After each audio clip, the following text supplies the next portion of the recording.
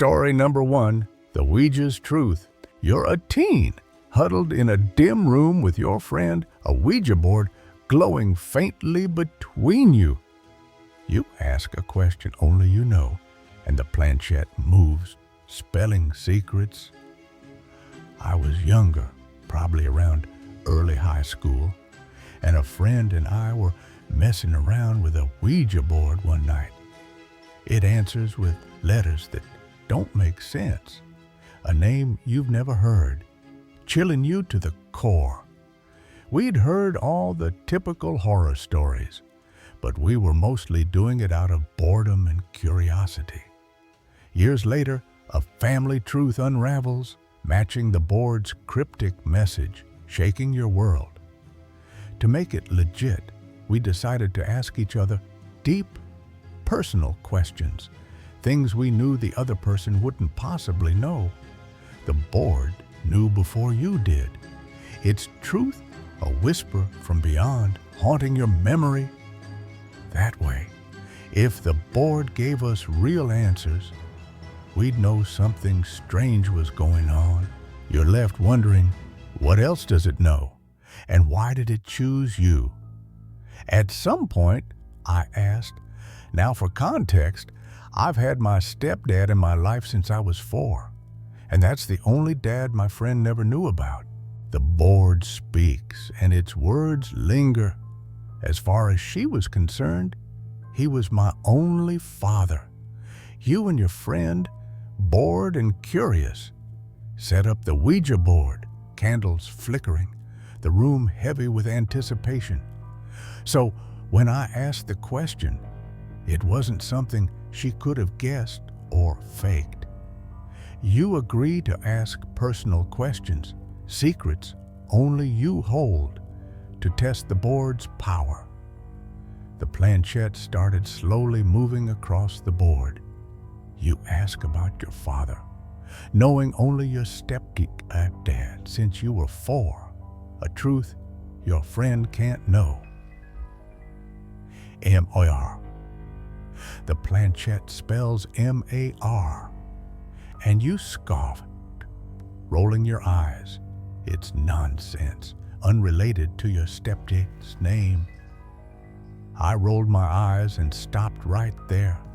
You dismiss it, thinking the board's random, a game gone flat. That wasn't even remotely close to the name I'd been told growing up. You pack it away, laughing, but the letters stick, a faint unease settling in. I just shrugged it off. Life moves on, school, friends, the usual chaos of being a teen. But the board's answer lingers, a puzzle you can't place. Figured the board was either random or not working. You don't connect it to anything, not yet. The night just a creepy memory you share with your friend over late night talks. The truth emerges, and the board was right. Well, fast forward. Years pass, and family conversations turn tense. Secrets spilling through heated words. I'm older, and through a series of conversations and eventual confrontations, I found out that my mom had been lying to me about my biological father the entire time. Your mother reveals the truth. Your stepdad isn't your biological father. Turns out the man I thought was my dad wasn't. Your real father's name is Martin. Your breath catches, the name hitting like a shockwave, M-A-R. The board's answer, now painfully clear. My real father's a man named Martin. You hadn't thought of the Ouija session in ages, but it flooded back, chilling you. Yeah, you and your friend meet, reminiscing, and mention that night. The board's eerie responses, M-A-R. The realization dawns, and you freeze, staring at each other, goosebumps prickling your skin. I didn't even connect the dots until months later, when my friend and I were talking about that Ouija board session, reminiscing about how creepy some of the responses had been. The board knew before you did, before your family confessed. Its letters, a prophecy. Then it hit me like a punch to the gut. You're shaken. The truth, surreal, a message from beyond you can't explain. We both looked at each other in silence, and I swear I got full-body goosebumps. The board's shadow lingers, and questions remain. The board told me before my own family did. You live with the memory, the Ouija's truth, a weight you carry. And it's still one of the wildest, most surreal things that's ever happened to me. You avoid boards now. Their power too real, their answers too heavy to. You search online, finding forums, others with Ouija tales, boards revealing secrets, names, truths unexplainable. A neighbor shares a story of a board spelling a lost relative's name, chillingly accurate. You dig into your family's past, uncovering vague hints of Martin, but no answers about the board. You post your story, connecting with those who felt the same eerie pull. Boards speaking truths they weren't ready for. You write a blog, warning of Ouija's reach, your words a shield. Replies come. Players, skeptics, shaken by answers too precise. You live cautiously, avoiding dark games, but check her corners, fear the unknown. The board's letters, you say stay, a scar, a mistra, wondering what else it might know, waiting for the next question to answer. Story number 2, The Spirit Beneath the Stairs. The house creaked under a moonless, its walls heavy with secrets. My aunt stood in the yard, the radio blaring country music she hated, its dial twisting on its own. The air was wrong, thick, as if the ground beneath, a scarred land of coal fires, held something alive, something angry, watching her. Inside, the night was alive with sounds, footsteps in empty halls, doors slamming without hands. The basement was the worst, its air cold, heavy. A gaze that followed her down the stairs. The house wasn't hers, not fully. It belonged to someone else, someone dead, someone who wouldn't leave. She whispered to her husband, her voice shaking, the disturbances growing bolder. The basement stairs, steep and dark, felt like a trap, a place where the past lingered, where the dead held court. They'd heard the stories, a man, a wife, both broken on those steps. Their deaths, a curse that clung to the walls. The ground beneath was unstable, carved by old mines, but the fear wasn't just the earth. It was him, the man who died. His presence a weight, his anger a force that turned the radio, slammed the doors, made the house his own. My aunt knew he was here, and he wasn't done. This wasn't home, wasn't safe. It was a battlefield, a place where the dead fought the living, where the past refused to rest. The house, the stairs, the mines, they were his, and my aunt was an intruder, caught in a spirit's wrath, a game she couldn't win. My aunt used to live in cold country, Pennsylvania. If you've ever heard of Centralia, you know what I mean. For over 50 years, an underground fire has been burning beneath the town, ripping through coal seams and leaving behind an eerie wasteland. Even in the winter, you can see steam hissing up from the cracked earth, like the land itself is breathing out something toxic. The fire tore through the underground caverns and even the town cemetery. And over time, the population dwindled. What's left now were broken roads and abandoned homes and just a handful of stubborn souls who refused to leave. The place is remarkably dangerous now because of the very real possibility that your house might be swallowed up from underneath you and you'll be sent to a literal inferno. The land was scarred, its air heavy with ash, its silence a warning of collapse.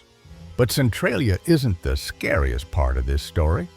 My aunt and her husband lived just a few towns over in an old house built above a massive coal dig. Back in the day, miners tunneled everywhere beneath the land, and no one ever really knew if those tunnels passed under their homes. And sometimes, without warning, the ground would just give out. Yards would sink, basements would buckle. It would always be a gamble living in that area. The house my aunt bought had a history soaked in tragedy. The man who'd lived there before had lost his wife in a horrific accident. She fell down the steep basement stairs straight to the cold, unforgiving floor where they used to shovel coal into the furnace to heat the house. Not long after, the husband passed away in the exact same way. He fell to his death, lying broken and alone at the bottom of the stairs, and his body wasn't discovered for days. When my aunt and her husband moved in, they didn't know this, but it didn't take long for them to realize there was something wrong. The strangeness started small. They'd be outside hanging laundry on the line when suddenly the radio would switch stations. My aunt liked listening to low-frequency stations, smooth jazz, soft rock.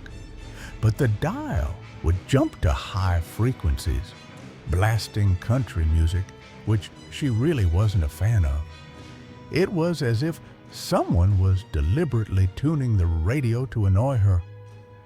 The house felt alive, its walls whispering, its floors uneasy.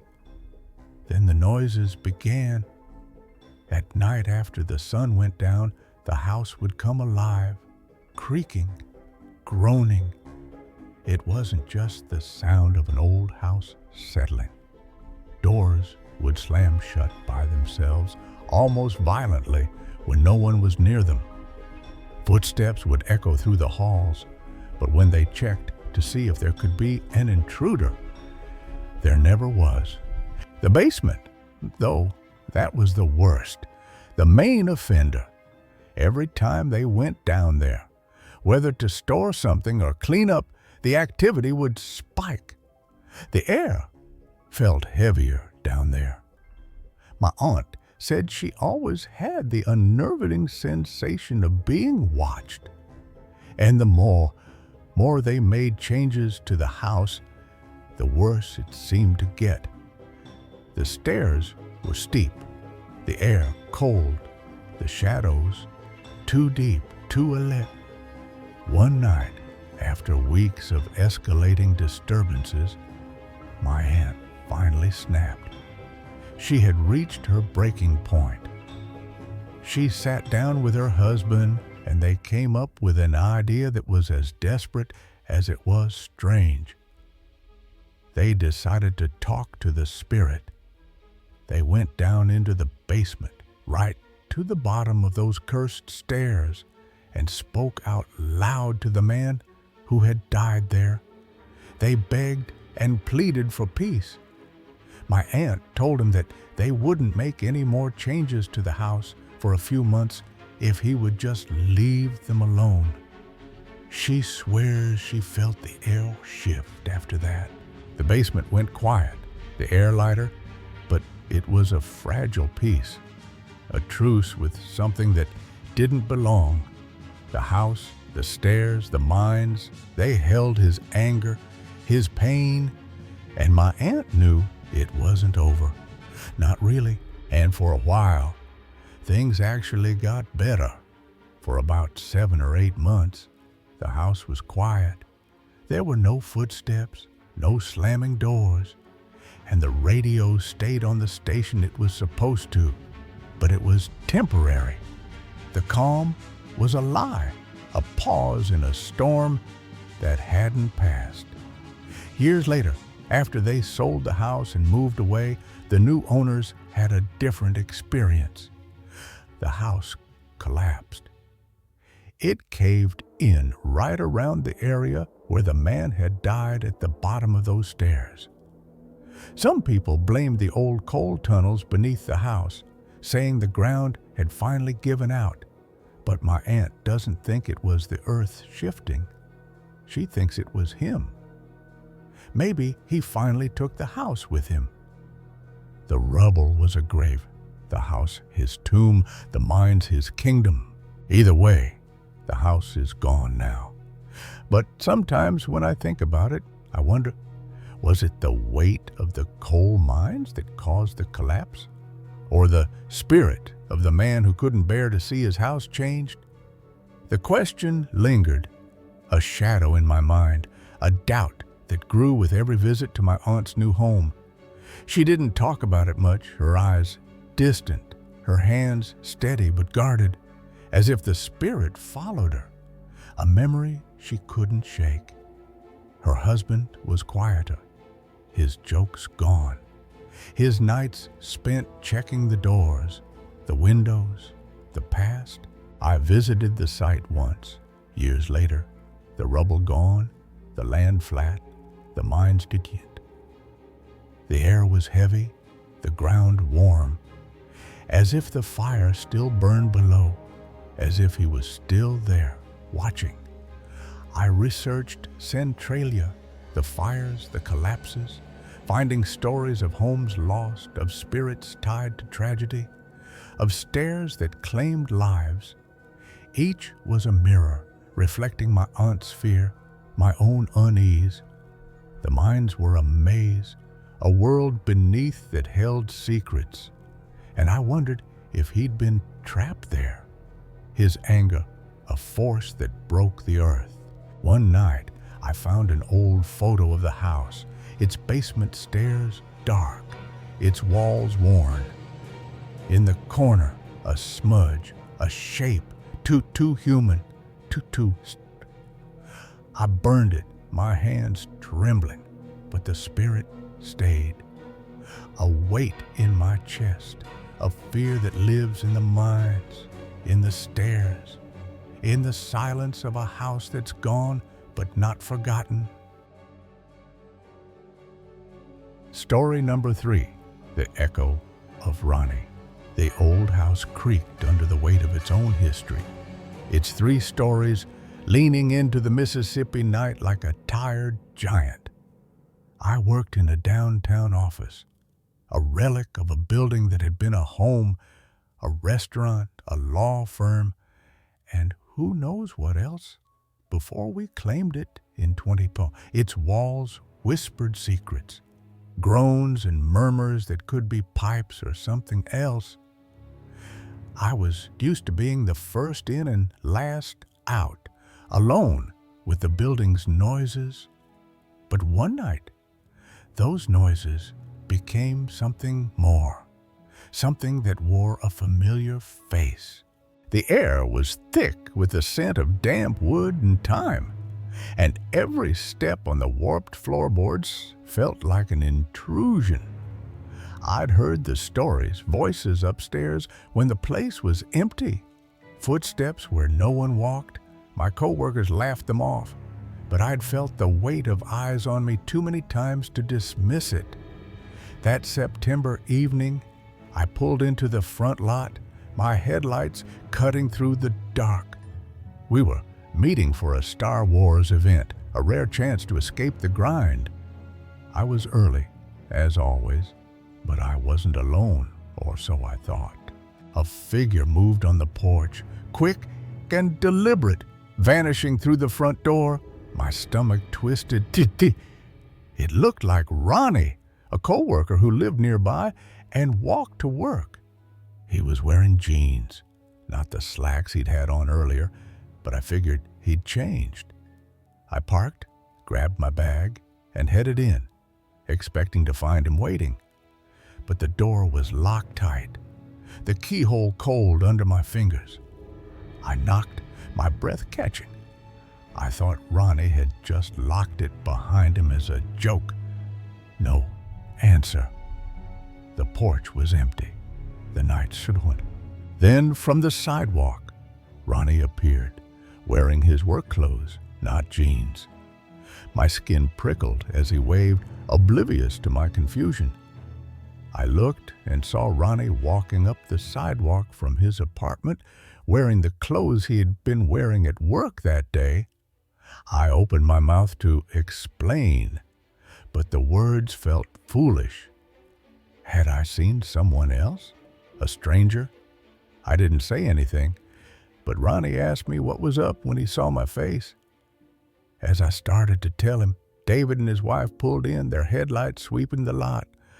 I spilled the story, and we searched the fenced-in property, splitting up to cover both sides. We met in the back, none of us having seen anyone. The building seemed to watch us, its windows like unblinking eyes. We laughed it off. Well, they did. I couldn't shake the image of that figure, the way it moved with Ronnie's gait, but wasn't him. The event was a blur, the excitement of new toys drowned out by the nagging sense that something in that house knew me. I went home that night, but sleep didn't come easy. The building had always been strange, but now it felt personal, like it was playing a game I didn't understand. Months passed, and the incident faded, buried under deadlines and coffee runs. But the house didn't forget. One Monday morning, I arrived before dawn, the air sharp with autumn chill. In my usual round of turning on the lights, unlocking the front door from the inside before heading back to make coffee, I moved through the quiet, the security system already off. The office was mine alone, or so I thought. Then, by the copier, I noticed Ronnie was standing, facing away from me. He was in jeans, his silhouette unmistakable. "Morning," I said, my voice echoing in the empty room. No reply. I figured he hadn't heard and kept walking to the kitchen. The coffee machine hissed, grounding me in routine. But later that day, I needed Ronnie's input on a project. I asked his wife, who worked with us, where he was. She told me that he was homesick and hadn't been there at all. My stomach dropped. He'd been sick all weekend. I replayed the morning, his shape by the copier, the jeans, the silence. I hadn't imagined it. The house was old, sure, but this wasn't creaking pipes or settling wood. This was something else, something that wore Ronnie's form like a mask. I kept it to myself, not wanting to sound unhinged, but the building started to feel alive, its shadows sharper, its silences heavier. I'd catch myself pausing at doorways, listening for footsteps that never came. The others noticed my unease, but I brushed it off. Then, a year or two later, it happened again. I was early, the coffee brewing, when I saw Ronnie walking up the steps to the second floor, jeans again, his back to me. I froze, my pulse loud in my ears. Minutes later, he and his wife arrived to work, and he was wearing entirely different clothes. This time, I told a few co-workers. They listened, half amused, dubbing it the other Ronnie. It became a Halloween tale, a spooky anecdote to share over lunch. I didn't laugh. The figure wasn't a ghost in the classic sense. No chains, no moans. It was subtler, more insidious, like a memory the house refused to let go. It always stood still or moved away, never spoke, never showed its face. I started to wonder if it was tied to Ronnie himself or if the house just liked his shape, using it to unsettle me. The final piece came years later, when Wade, our project manager, saw it too. Wade wasn't the type to spin yarns. He was practical, grounded, not prone to flights of fancy. One evening, he'd forgotten something upstairs and returned after hours. The office was locked, the lot empty. He let himself in, climbed to the second floor, and there it was. Ronnie, sitting at the desk upstairs facing a computer. "Hey," Wade said, but got no reply. He stepped into the restroom, and when he came out, Ronnie was gone. The door hadn't opened, no telltale chime. Wade stood there, alone, the silence pressing in. He told me the next day, his voice low, his eyes searching mine for answers. I didn't have any. "The Ronnie is always wearing jeans," I said, piecing it together. "It's always been facing away." Neither Wade nor I saw the face, but it just overall looks like the same build and size. It didn't act, didn't speak, didn't engage. It never speaks or seems to really do anything. The only movement was that first night, when I saw him walk up the front steps. Since then, I haven't seen it, but I feel it. Every time I'm alone in the house, I scan the corners, half expecting to see that familiar silhouette. The house is still our office, still creaking, still whispering. I've dug into its history, but found nothing. No tragedies, no hauntings, just a long line of tenants. Maybe it's not about the house, but about us. The way we leave echoes of ourselves in places we spend too much time. Or maybe it's something older, something that borrows faces to watch us. I don't know, but I keep my keys close and my eyes open, because whatever the other Ronnie is, it's still there, waiting for the next moment to step into the light. The years have dulled the fear, but not the curiosity. I've stopped telling the story at work. It's too real for some, too strange for others. But I think about it, especially on quiet mornings when the house feels too still. Ronnie's still with us, the real one, oblivious to his shadow. He's never seen it, never felt it. I wonder if that's why it chose him, because he's untouched by it, a perfect mold for whatever the house wants to show. Wade and I don't talk about it much, but there's an understanding between us, a shared secret the others don't carry.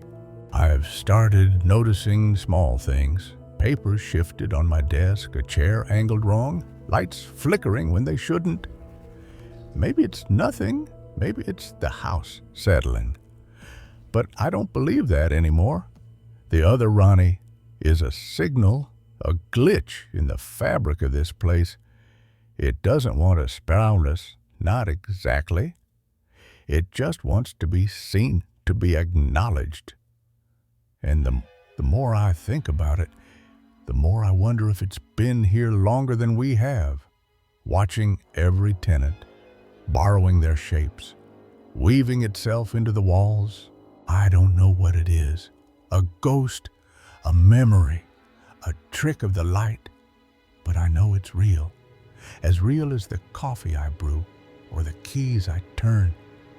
And I know it's not done with us. The house is patient, and so is the thing that walks its halls. One day, I'll see it again, standing by the copier or climbing the stairs. And when I do, I'll be ready, not to run, but to look closer. Because whatever the other Ronnie is, It's part of this place, and maybe, in some strange way, it's part of us too. Story number 4. The Embrace of the Lost.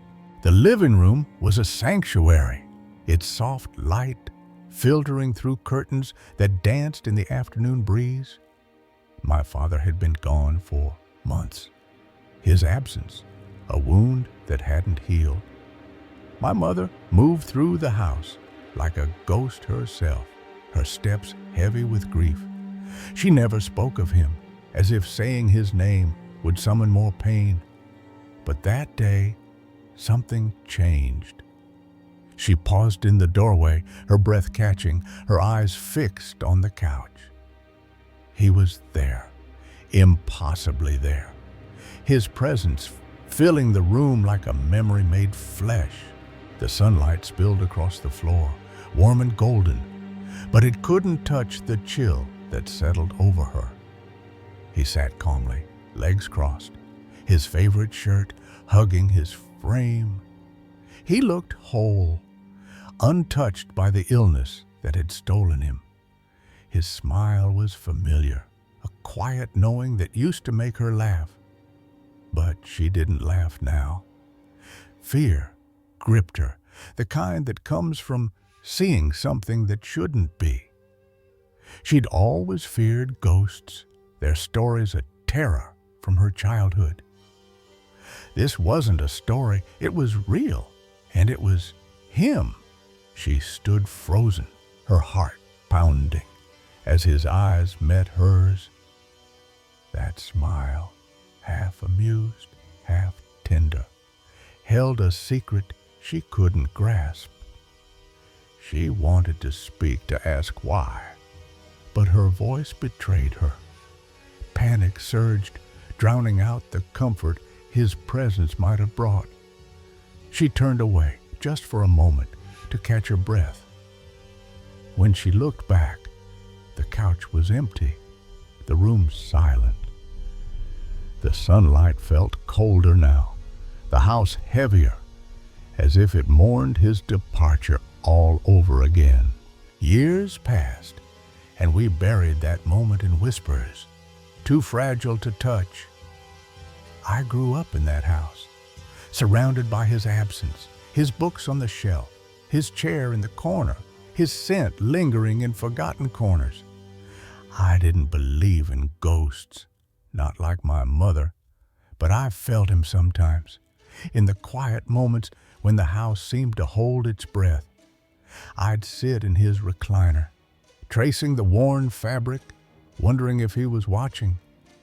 The stories we told were careful, hushed, as if speaking too loudly might summon him or scare him away. I fell asleep in that recliner one night, the room dark except for a sliver of moonlight. I stirred, half awake, needing to move but too tired to stand. Then I felt it, a gentle weight, someone climbing onto me, resting their head on my shoulder. It wasn't fear that washed over me, but warmth, a familiarity that sank into my bones. I wrapped my arms around them, feeling the shape of a man's back, the soft fabric of an undershirt, the scent of my father. It was him, as real as the hugs we'd shared when he was alive. And there he was, sitting on the couch, legs crossed, calm as ever. He was wearing one of his favorite shirts, the kind he used to wear before he got sick. He looked whole and healthy, like himself again. My mother's story echoed in my mind as I held him, my hands tracing the familiar lines of his frame. He met her eyes, gave her this little smile, half amused, half tender, the way he used to when he knew something you didn't. But where she'd felt fear, I felt peace, a quiet certainty that this was no dream. He wasn't a mist or a shadow or some shimmering outline. He wasn't see-through, and he wasn't glowing. He looked completely solid, like in life. But my mother was terrified of ghosts, always has been. So instead of comfort, all she felt was panic. She blurted out, "What are you doing here? You don't belong here." Her words haunted me, a reminder of the fear that had driven him away. But in this moment, I wasn't afraid. I'd fallen asleep in the recliner in the living room. That's when I felt it. Someone climbed on top of me gently and rested their head on my shoulder. It wasn't scary. It wasn't even surprising. Felt familiar. I held him tighter, unwilling to let go, knowing he'd vanish when I woke. Then I opened my eyes fully and the recliner was empty. The moonlight was unchanged, the room still. But the warmth lingered, a weight in my chest that wasn't grief, but something softer, something whole. I could feel the shape of a man's back, the fabric of an undershirt beneath my hands, the weight, the warmth, the scent. Every part of me told me exactly who it was. It was my dad. That moment carried me for days, a quiet peace that settled deep within. That hug felt exactly the same way it used to when he was alive. In those final years, all he wore were undershirts and pajama pants. I never told my mother. She wouldn't understand, her fear too deep to see the gift in it. And then I fully woke up. The recliner was empty, though, but that feeling stayed deep within me, and I carried it for days, not with fear, but with peace. I carried it still years later, a certainty that he was more than a memory. I don't expect anyone to believe me, but I know what I felt and I know what my mom saw. And I truly believe there is something after this life. The house was quieter now, but not empty. He was there, in the sunlight, in the shadows, in the embrace I'd never forget. Story number 5, The Hatman's Echo. The air in the trailer grows thick, a stillness pressing against the walls. My high chair looked down the hallway on my grandparents' trailer where my parents lived at the time. A spoon of applesauce hovers near my lips, the taste of banana sparking a child's joy. I remember eating applesauce, specifically with bananas, because once I tasted the banana, I looked up in excitement and saw this thing. But that joy freezes as a shadow looms, stretching from floor to ceiling. I guess people call it the Hat Man, but from what was buried in my mind, it was more of a demon. Its presence fills the room, a weight I can't escape.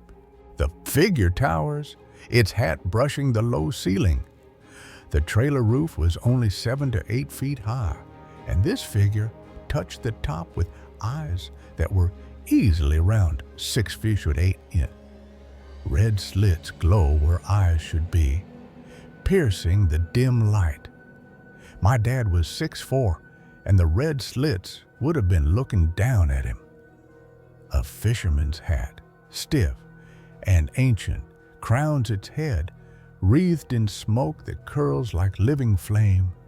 Its hat looked like one of those old fisherman hats that people wear as bucket hats now, but more stiff.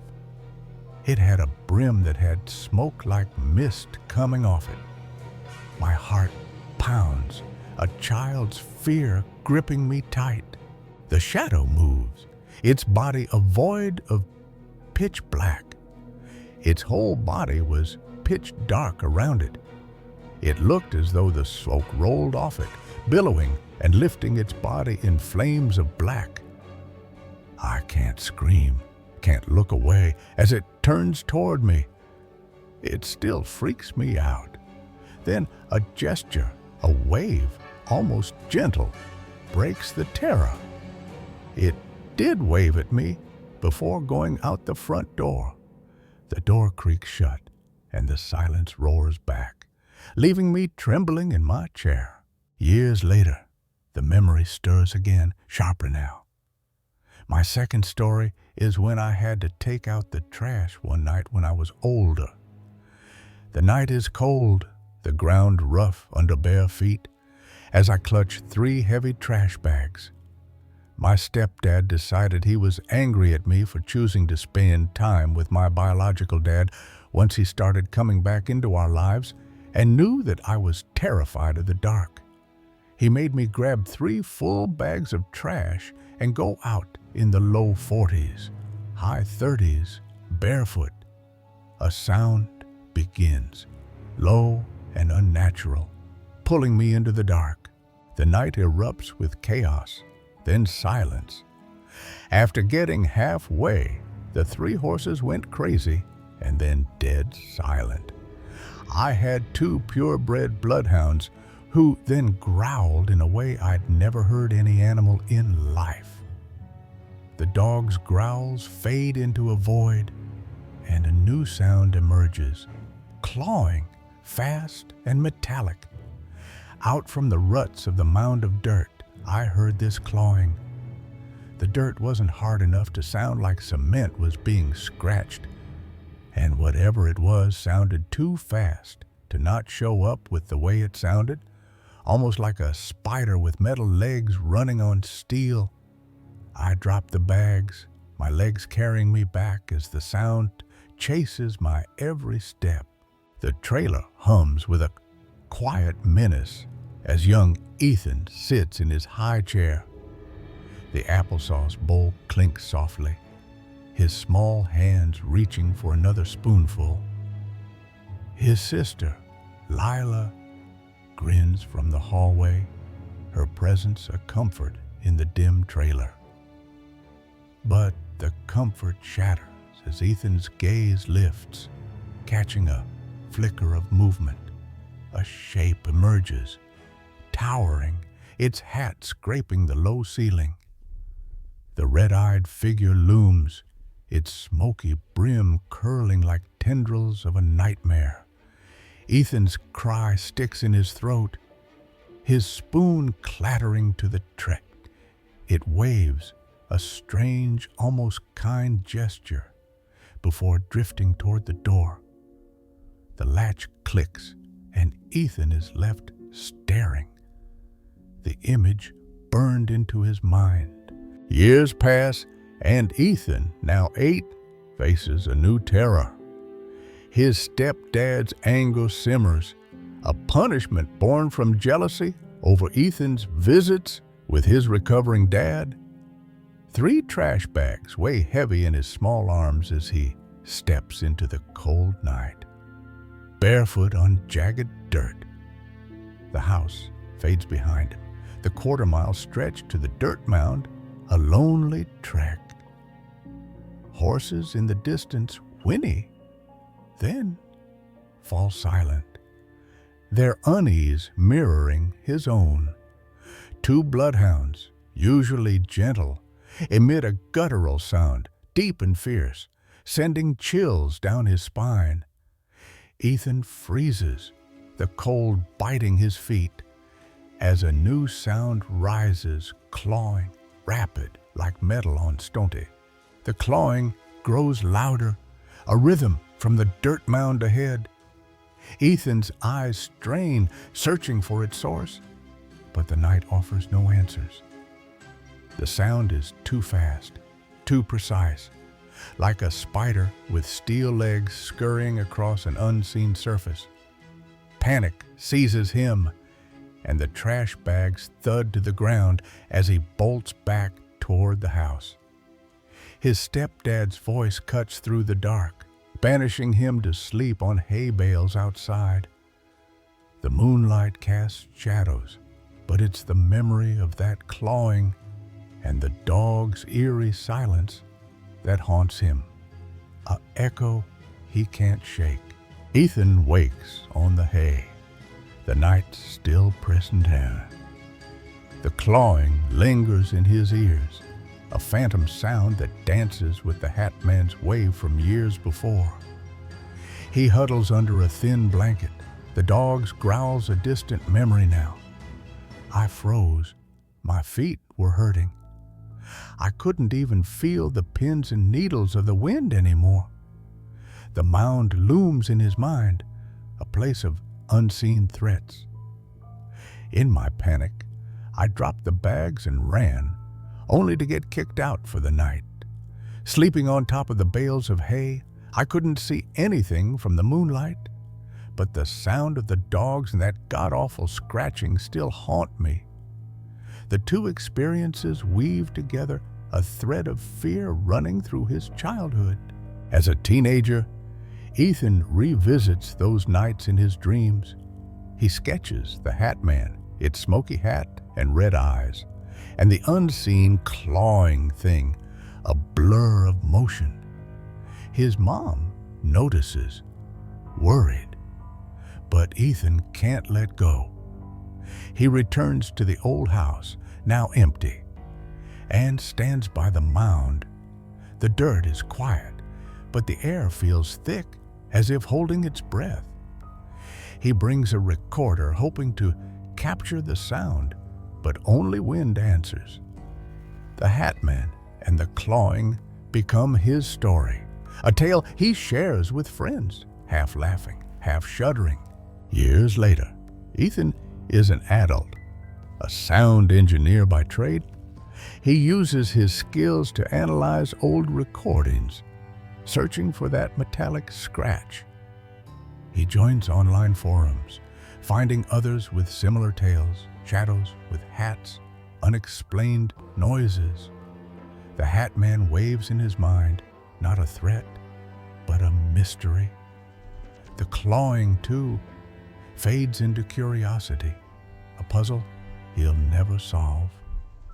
Ethan teaches kids about facing fears, using his stories as lessons. The echoes of his past shape him, a reminder of the unknown that lingers just out of sight. Story number 6, The Poltergeist of Pollock's Jewelers. Lerne was a town frozen in time, its Viking name streets whispering history. There is a town called Lerne in Northern Ireland, very old sea town. It even has Viking names. The main street held ancient shops, including Pollock's Jewelers, a tiny haunt. Its walls seemed to watch, their secrets older than the town. Something lived there, and it wasn't friendly. The shop was a cage, its cabinets closing you in. It's a tiny shop, maybe 4 meters wide front, and when you walk in, there's literally a few meters to stand in, and you're surrounded by waist-high cabinets in front and to both sides. A girl once warned me it was haunted. Her words a spark. Years later, I met the truth in a cup of tea, a tale too wild to dismiss. The owner spoke of a poltergeist, her voice calm as stone. She proceeds to tell me, in the calmest matter-of-fact tone, like it was nothing, that they had a full-blown poltergeist experience for years. It watched, knocked, and moved things. A restless spirit. It tormented her son, its games growing crueler, leaving marks on his skin. Boxes flew, lighters scattered, jewelry vanished into impossible places. In the storm, it would throw boxes at her son. It would poke him, blow in his ear, and gradually get worse by having bites appear on him, scratches with no feeling of it happening. The shop was a playground for something unseen. One time, found under nailed floorboards that had never been moved in decades. They called a priest, and the entity roared through him, its face twisting, She said they all had to hold hands while he spoke to the entity, and she opened her eyes when she heard him speak with a demonic voice, screaming and growling. The shop grew quiet, but its shadow lingered. The shop is now permanently closed. In Lern's ancient streets, Pollock's Jewelers stood like a relic, its narrow facade hiding centuries of secrets. There are buildings in the town over hundreds of years old and about 20,000 inhabitants. One long main street with all the shops on it near the top end has a jewelry store called Pollock's. The shop was a claustrophobic box, its cabinets hemming you in, their glass reflecting your every move. When I was teen, a girl invited me and said, "Do you know the place is haunted?" No details other than she heard that they had weird experiences there. Her words planted a seed one I'd unearthed years later. Working at a men's shop on the main street, I met a woman from Pollock's. Fast forward 3 or 4 years, and I was working at a men's wear shop on the main street, and a lady came in and my boss mentioned she was from Pollock's. Over tea, I asked about the ghost. I took the opportunity of asking her over a cup of tea. "Hey, do you mind if I ask? I heard something about a ghost in the shop. Is it true?" Her answer was a story, delivered like a weather report. It manifested itself as a constant feeling of being watched, knocked on the walls, and from under the floor by unseen hands, by moving items all the time. The poltergeist was no myth, it was a force, relentless and bold. It poked her son, whispered in his ear, and left scratches without pain. One event was when he had spent some time setting up a display of cigarette lighters, walked out, and when he came back in, all the lighters were scattered everywhere, as if someone had just swung their arm across the cabinet and thrown everything to the ground. Rings and watches vanished from locked cases, only to reappear in absurd places. The owner also told me that they often would work for people's rings or necklaces or watches. And there'd be times that these items would simply disappear from locked storage. They would search, and after a few months, they'd reappear in impossible places. A necklace under floorboards, untouched for decades, was its favorite trick. This was the entity's favorite game. The shop became a battleground, the entity's antics escalating. She said that they had learned to live with this entity, but it started to get worse to the point her son didn't feel safe there anymore. They endured, but fear took hold. The air was heavy, the walls alive with unseen eyes. The son's scratches grew frequent, his fear palpable. They could no longer ignore the presence that ruled their shop. They called a priest, desperate for peace. They decided to bring in a priest in order to perform an exorcism on the place. The ritual was intense. The priest's voice turning guttural, his face warping. She said his face was completely distorted and changed in front of her. The poltergeist fought, its screams shaking the room. In the end, the events died down, but I'm not sure they ever fully left. The shop closed, its doors sealed forever. I never saw the owner again, but I believed every word she said. She talked so boldly and matter-of-fact. It was almost like she was telling me what she ate for dinner. The memory of Pollock's lingers, its story a weight in my mind. Since then, I have been fascinated by poltergeist stories. Is it energy we don't understand? Is it a person on a plane we don't understand? Well, I guess I don't know, but I'd love to find out one day. The shop's ghost haunts my thoughts. Its knocks echoing in quiet moments. What was it, and why did it stay? The town of Lerne holds its secrets, but Pollock's walls still whisper, "Usser." Story number 7, The Wardrobe's Wrath. The house wasn't just old, it was awake. Beyond a rusted bridge outside Ibarra, Ecuador, 4 friends ventured to a secluded country home, its charm laced with unease. The air carried whispers of rituals, a darkness the land refused to forget. I went with 3 friends, 2 of them brothers, to their old country house just outside of Ibarra, Ecuador. The place had an eerie charm. To get there, you had to cross this rusted old bridge. The bridge's shadow loomed, a threshold to the unknown.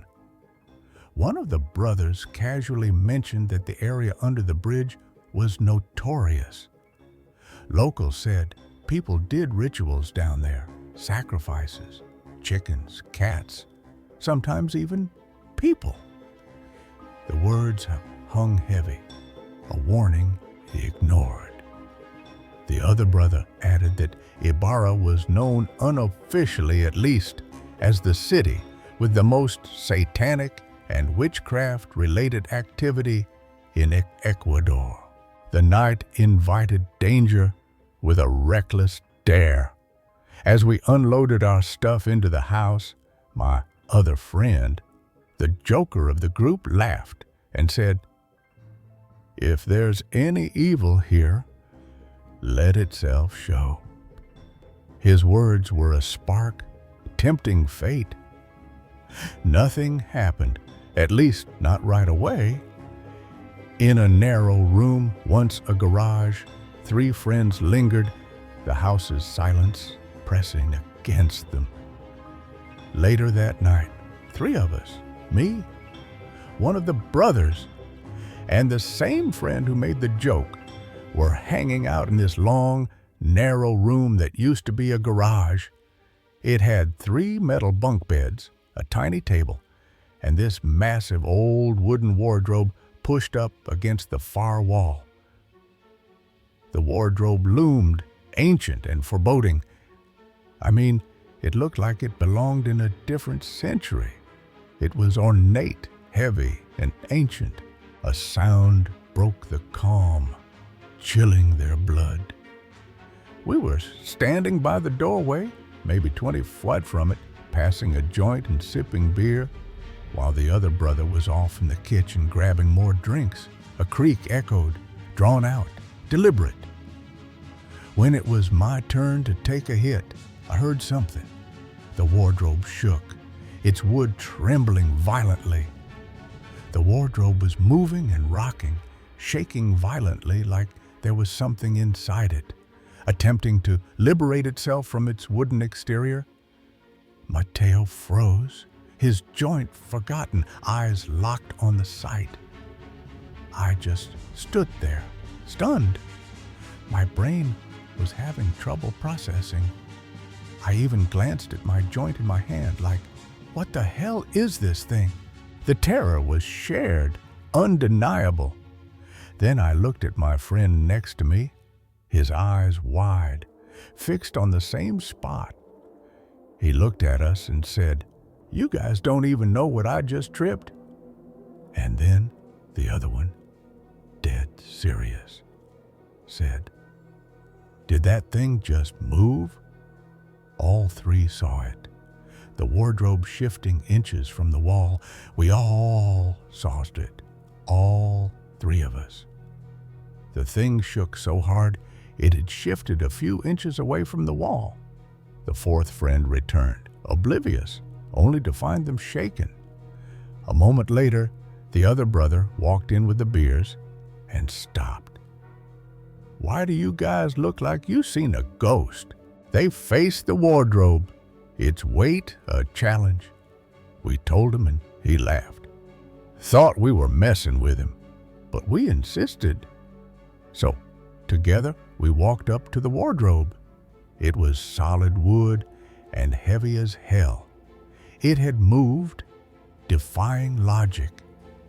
It was the kind of furniture that takes two people to even move. But it definitely had moved. We could see the outline of the floor from how long it had been there, and it clearly wasn't there anymore. They opened it, hearts racing, but found only emptiness. We pushed it back against the wall and cautiously opened the doors, ready to liberate whatever demonic entity was hiding within its chambers. But there was nothing, just some old rolled-up blankets. The house answered their challenge, and sleep eluded them. And none of us could sleep that night. Not really. The silence was a trap, waiting for their guard to drop. The house was quiet. I guess we all expected something to come out. The emptiness was worse, a void that mocked their fear. And the fact there wasn't anything in there made it even worse. To this day, none of us can explain what we saw, what shook the wardrobe, and why it happened right after someone invited something to show itself. The dare had been heard, and something had answered.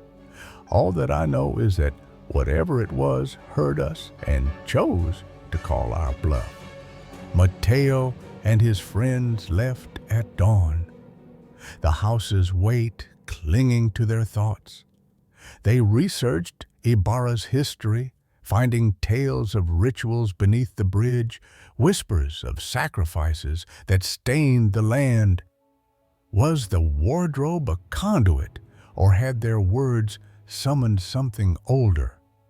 They checked their belongings, fearing they'd carried something back. One night, Mateo woke to a faint creak, like wood shifting, but his room was empty.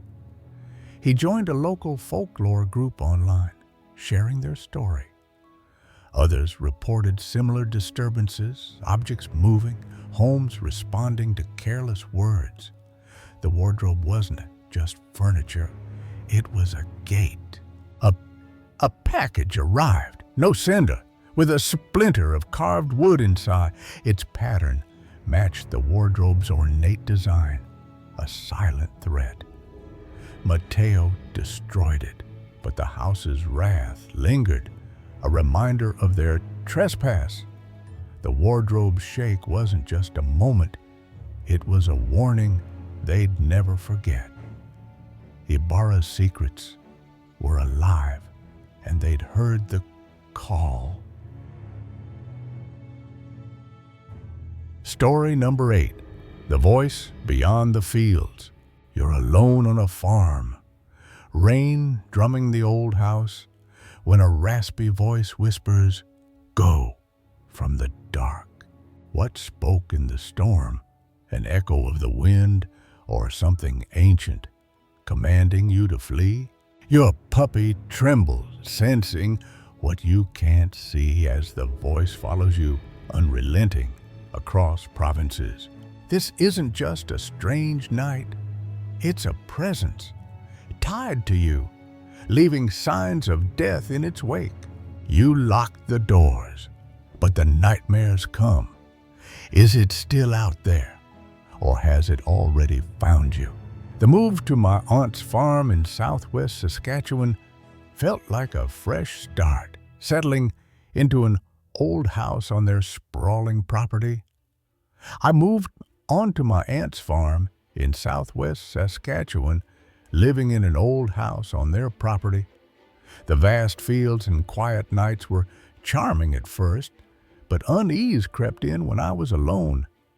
At first, I loved the place. But it wasn't long before I started feeling uneasy. While being there alone, shadows seemed to linger prayers at the windows, watching. It felt like something was watching me through the windows at night, and I always dreaded taking my puppy outside in the dark. Cuties prowled nearby, their howls unsettling. Though the farm dog kept them at bay, coyotes frequently surrounded the farm. And while our farm dog mostly kept them all at bay, sometimes they got too close for my comfort. Something else was out there. One rainy day, my puppy needed to go out. The cows in the pasture unusually restless. It was a rainy day, and my puppy needed to go to the potty. The cows in the nearby pasture were unusually loud. I heard a strange sound, like a distant owl, but dismissed it. I heard a strange whistling noise, but brushed it off as an owl. Then a deep, raspy voice spoke from behind, "Go!" As I grew more frustrated with my puppy, something strange happened. From behind me, I heard a deep, raspy voice say, "Go!" I froze, heart racing, as it repeated, "Go! Go!" Like static through an old radio. I froze. It repeated again, "Go! Go!" Like it was being spoken through an old radio. Nothing was there. I spun around, but there wasn't anything there. Scooping up my puppy, I fled inside as the voice echoed once more, "Go!" As I picked up my puppy and hurried back inside, the voice spoke once more, "Go!" I locked myself in, lights blazing, tea flaring to drown out the night.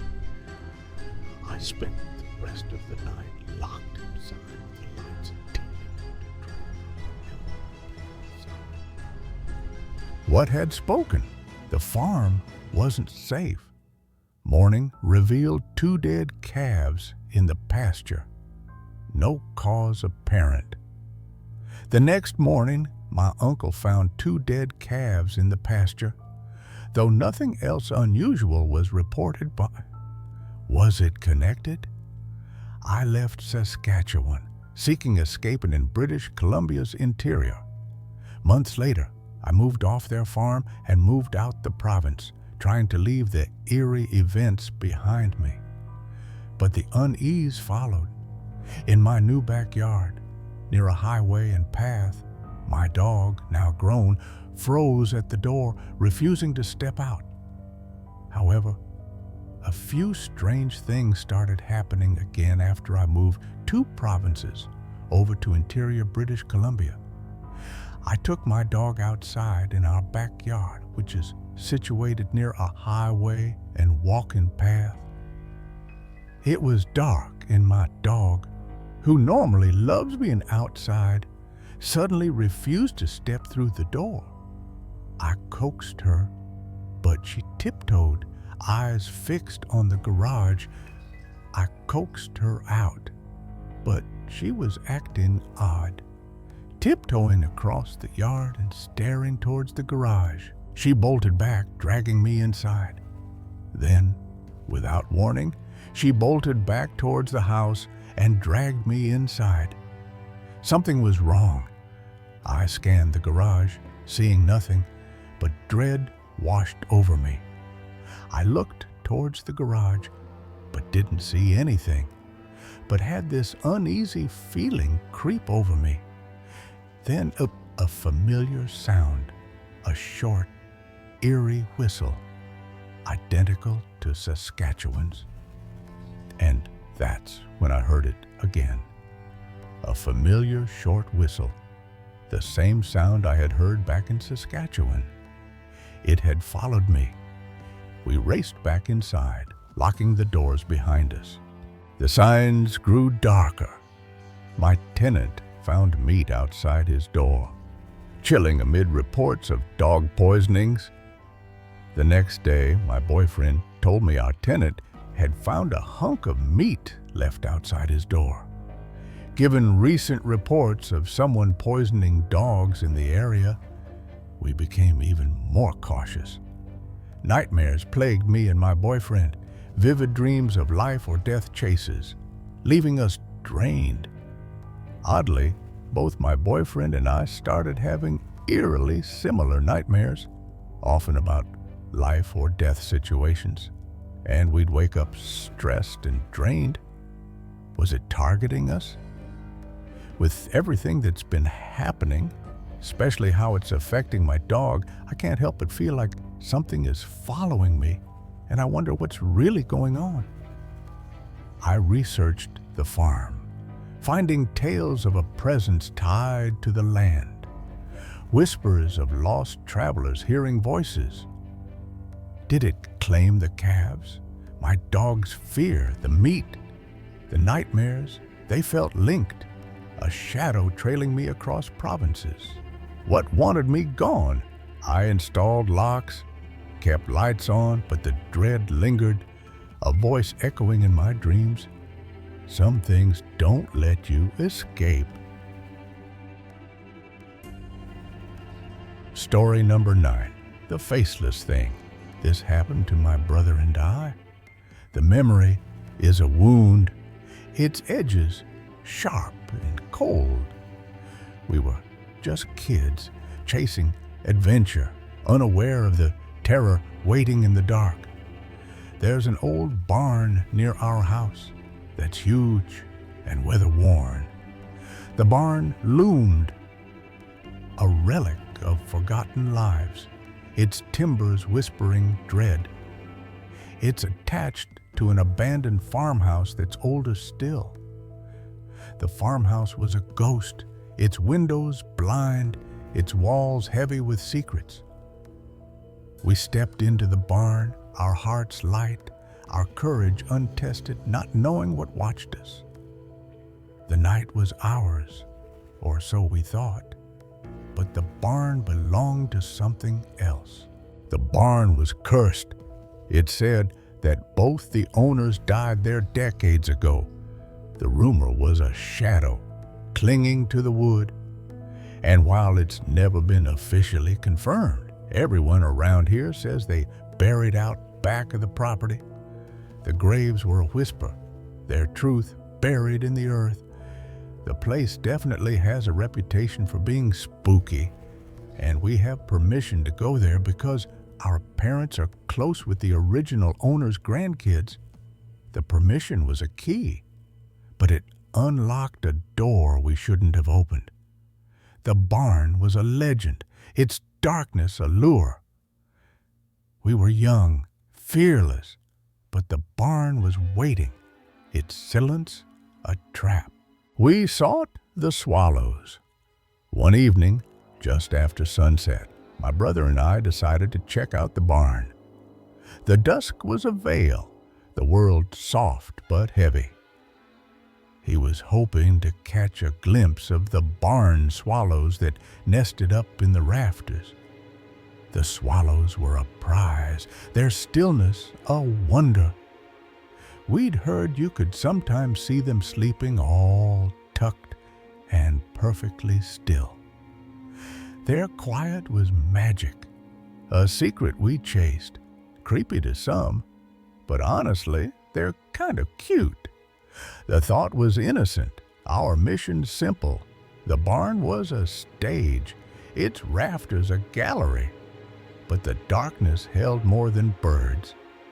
We walked in, the sunset fading, the night ready to claim us. The barn was a maze. To understand the weirdness of what happened, you need to know how the barn is laid out. The layout was a puzzle, its design a challenge. It had 2 doors, one in the front, one in the back. The doors were portals, but only one was free. But only the front door actually opens. The front was our gate, the back a lie. The back one is rusted shut. The rust was a lock sealing the dark. And annoyingly, the light switch is next to the broken door way on the opposite end from where you enter. The switch was a taunt, forcing us through the void.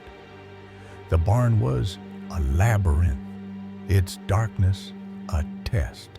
We braved the dark.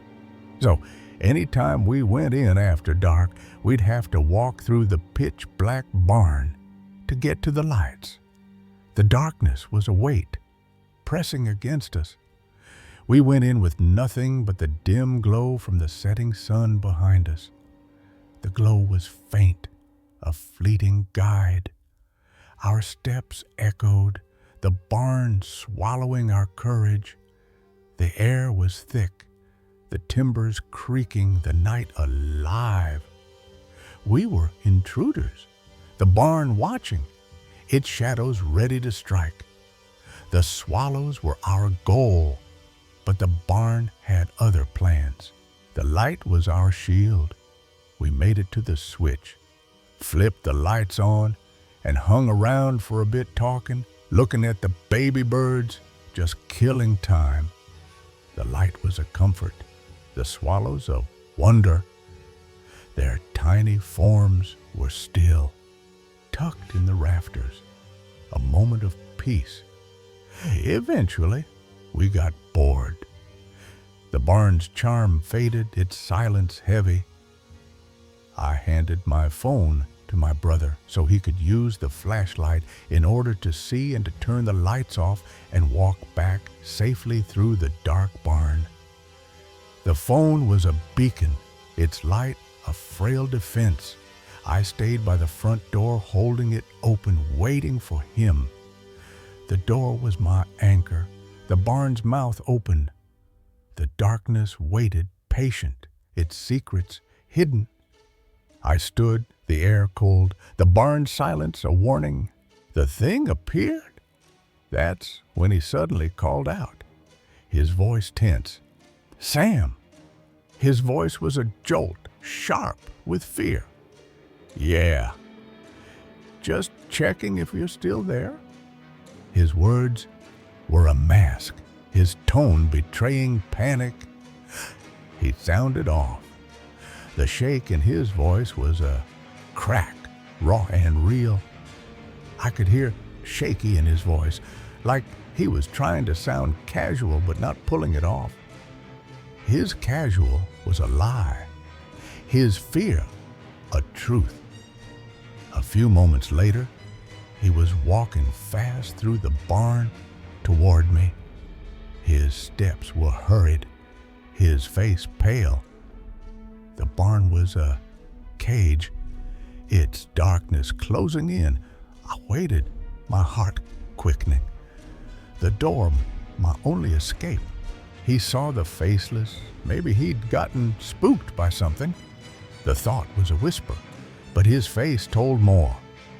We didn't talk about it right then. Silence was our shield. The barn too close. We just shut the door behind us and started the short walk home. The door slammed, the night swallowing its sound. It wasn't until we'd gotten a few blocks away, far enough that the barn was out of sight, that he stopped walking and turned to me. The distance was a relief, the barn's shadow fading. Okay, now we're away from the barn. Can I tell you what I saw? His voice was low, his eyes haunted. I'll never forget how serious he looked. His face was a map of fear, his seriousness a weight. He wasn't joking, and he wasn't trying to scare me. His truth was raw, his fear ours. He looked pale. His pallor was a sign. His voice trembling, and his voice had this strange edge to it, like he was trying to keep it together. He was breaking, the barn's mark on him. The thing was real. He told me that as he was sweeping the flashlight around. Just after turning off the barn lights, he caught something in the beam. The beam was a blade cutting through the dark. something tall, at least 7 feet, standing just a few feet away from him, still as a statue. It was a giant, its presence a violation. Its skin looked dead. Its flesh was gray, unnatural, a corpse standing. Its face had eyes, but no mouth. The absence was a horror, a blank void where a mouth should be. Just a blank space where it should have been, and the eyes locked onto him. Its eyes were a trap, a piercing, unblinking. The bomb was its domain, its silence a weapon. Instinctively, he whipped the light back around, thinking maybe it was me trying to scare him, but there was nothing there. The darkness was empty, but not empty. That's when he called my name just to check that I was still by the front door, and I was. My voice was his anchor, my punch of truth. The thing was gone, but its shadow lingered. The barn felt it too. He never told me this part until later, but said that even though the barn was empty when he looked again, he still felt like whatever it was still there. The feeling was a weight, a presence unseen. The barn was alive, its timbers watching. Here's the weird part. I sort of felt it while I was standing there alone at the front door before he called out. The air was heavy, my chest tight. I remember getting this strange feeling in my chest like I was lightheaded or hollowed out. It wasn't fear, but something deeper, a void pressing in. Not shared exactly, but like something was pressing against me. The barn was breathing, its darkness alive. We ran, the night a blur, the barn shadow chasing us. The memory haunts us. Neither of us saw or heard anything after that. The silence was a lie, the barn's secret kept. I'll never forget the look on his face when he told me about what he saw. His face is a scar, his fear etched in my mind. The barn is still there, its doors sealed, its rafters hiding the swallows. We never went back, the path to the barn forbidden. The thing was faceless, but its eyes were real, their gaze a weight. The farmhouse stands, its graves silent, its story untold. We grew up, but the barn remains, its darkness a question. The faceless thing is a ghost, its presence a riddle we can't souse. Don't enter the barn, don't turn off the light. Story number 10, The Hollow's Whisper. The woods behind our Alabama home weren't just quiet, they were holding their breath. We lived deep in the forest, where the only sounds were birds and the rustle of leaves. But one day, the stillness shattered. Massive dirt trucks started coming in and out of the woods. Their engines roared at all hours, headlights slicing through the trees, hauling earth from somewhere beyond our property. My husband, Tom, and I watched from the porch, curiosity gnawing. Our kids, Lily and Max, pressed their faces to the window, whispering about secret projects. What were they digging up in the heart of our woods? The trucks left clues, but no answers. After weeks of their relentless coming and going, we ventured out, following tire tracks through the underbrush. We found the source. They dug up something, a large hole that looked like the entrance to a cave. It wasn't a construction site, no signs, no workers, just a gaping maw in the earth, wide enough to swallow a truck. The air around it felt heavy, like it was pulling us closer. Lily clutched my hand, her eyes wide. Max kicked a rock into the hole, but we never heard it land. What kind of cave hides in plain sight, unguarded? Strange scenes began to mark our home. Days after we found the cave, symbols appeared in the dirt near our porch. Strange markings would appear in the dirt near our home. Geometric spirals, sharp angles, lines crossing in ways that hurt to look at. They weren't kids' doodles or animal tracks. Someone or something had carved them with purpose. Tom swept them away, but they'd reappear by morning, closer to the house. The kids stopped playing outside, their laughter replaced by whispers about green eyes in the woods. Were we being watched, or was the forest itself waking up? The dogs knew before we did. Our two hounds, Rusty and Belle, once eager to chase squirrels, refused to leave the porch. Our dogs began acting strange. They'd stare into the trees, hackles raised, growling at empty air. At night, they'd tremble by the door, refusing to step into the yard. Lily said she saw dark things moving between the pines. Her voice small but certain. Max nodded, too scared to speak. We chalked it up to imagination, but their fear was contagious. What could scare a dog into silence? The house turned against us. Nights brought sounds we couldn't ignore. Thumps and scrapes beneath the floorboards, like something heavy dragged itself under our home. Sounds under the house, thumping, scraping. Tom and I grabbed flashlights and crawled under the house, the damp earth cold against our knees. That's when I saw it. A figure, tall and thin, its skin like cracked bark, limbs bending unnaturally. A tree person, tall, oak limbs, bark-like skin. It hurled a rock, and we scrambled out, hearts pounding. Was it guarding something or hunting us? The encounter changed everything. We kept the kids inside, the dogs leashed, the doors locked, but the woods didn't stop. One night, I stood by the property's edge, checking the mailbox, when I heard Tom's voice from across the road. I heard my husband calling for me from across the street. "Come here," he said, calm but insistent.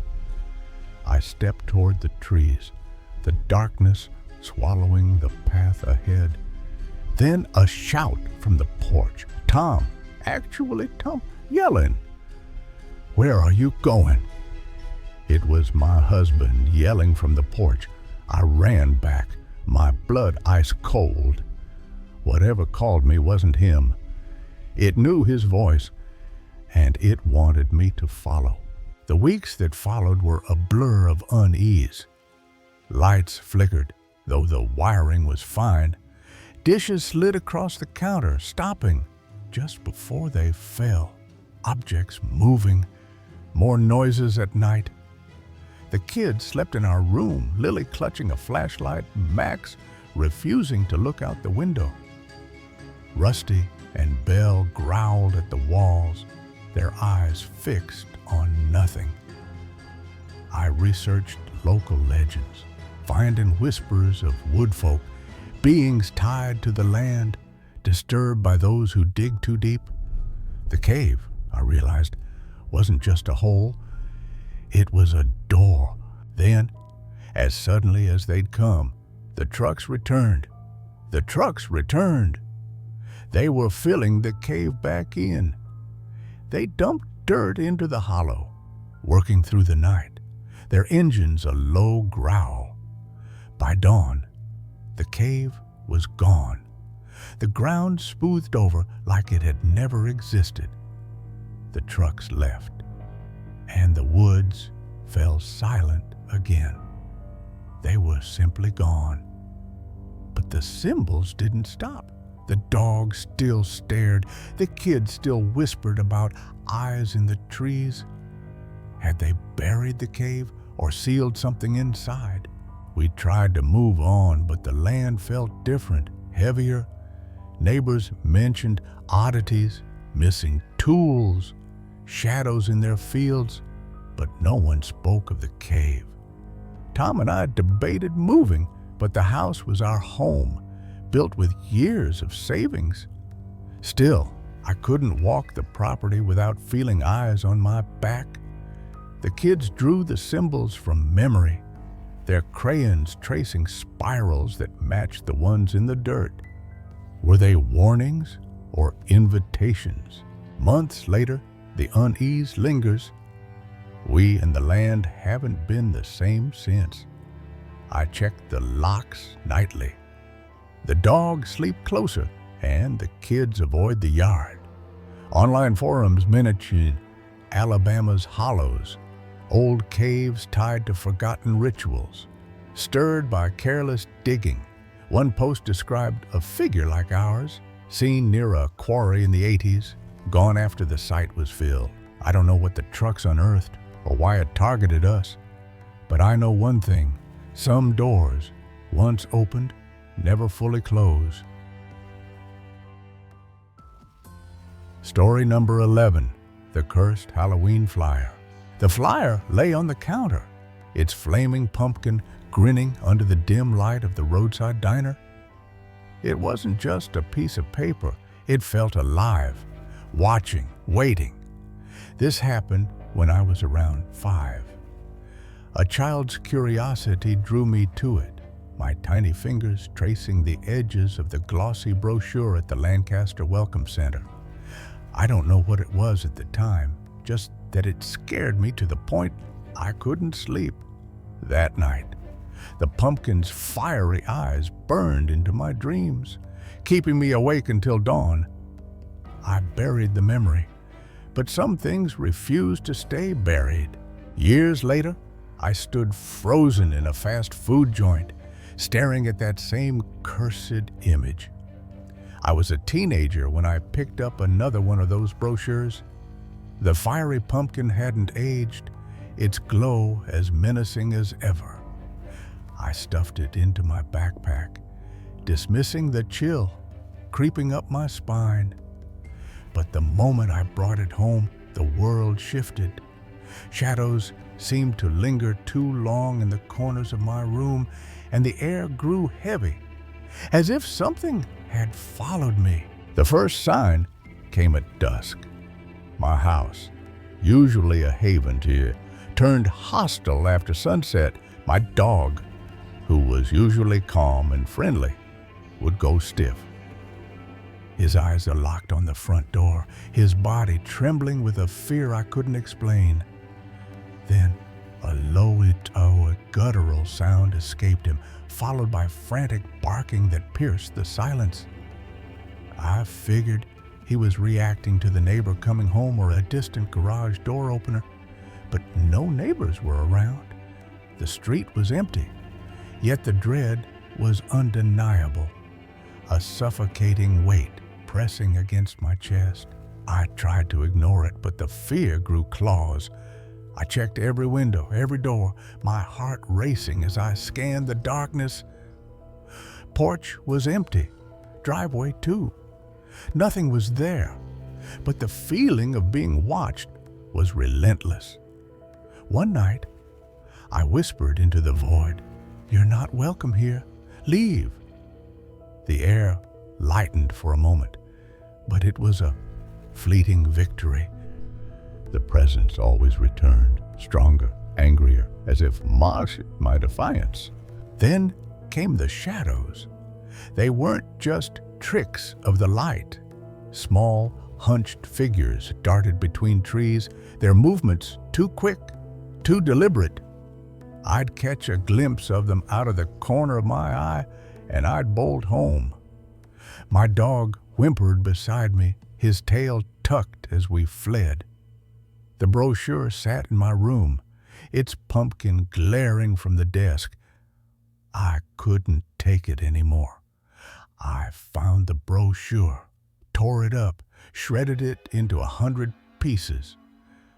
The moment it was gone, the world stilled, the shadows vanished, and my dog slept soundly for the first time in weeks. But peace is fragile when you've touched something cursed. The next autumn, I stumbled across another flyer at a gas station. Not the same one, different name, different event, but the pumpkin was identical, its flames curling with malicious intent. I should have left it there, but my hands moved on their own, slipping it into my pocket. That night, the house turned cold. My dog refused to enter the living room, his eyes fixed on the ceiling as if something crawled above us. The air thickened, pressing against my skin, whispering my name in a voice that wasn't human. I tore the flyer apart before dawn, and the oppressive presence lifted, but not without leaving scars. The real terror came years later when I learned the truth. A local historian mentioned an old printing press near Lancaster, abandoned since the 1970s. It had been used to make Halloween flyers for a now-defunct attraction called Jason's Wood.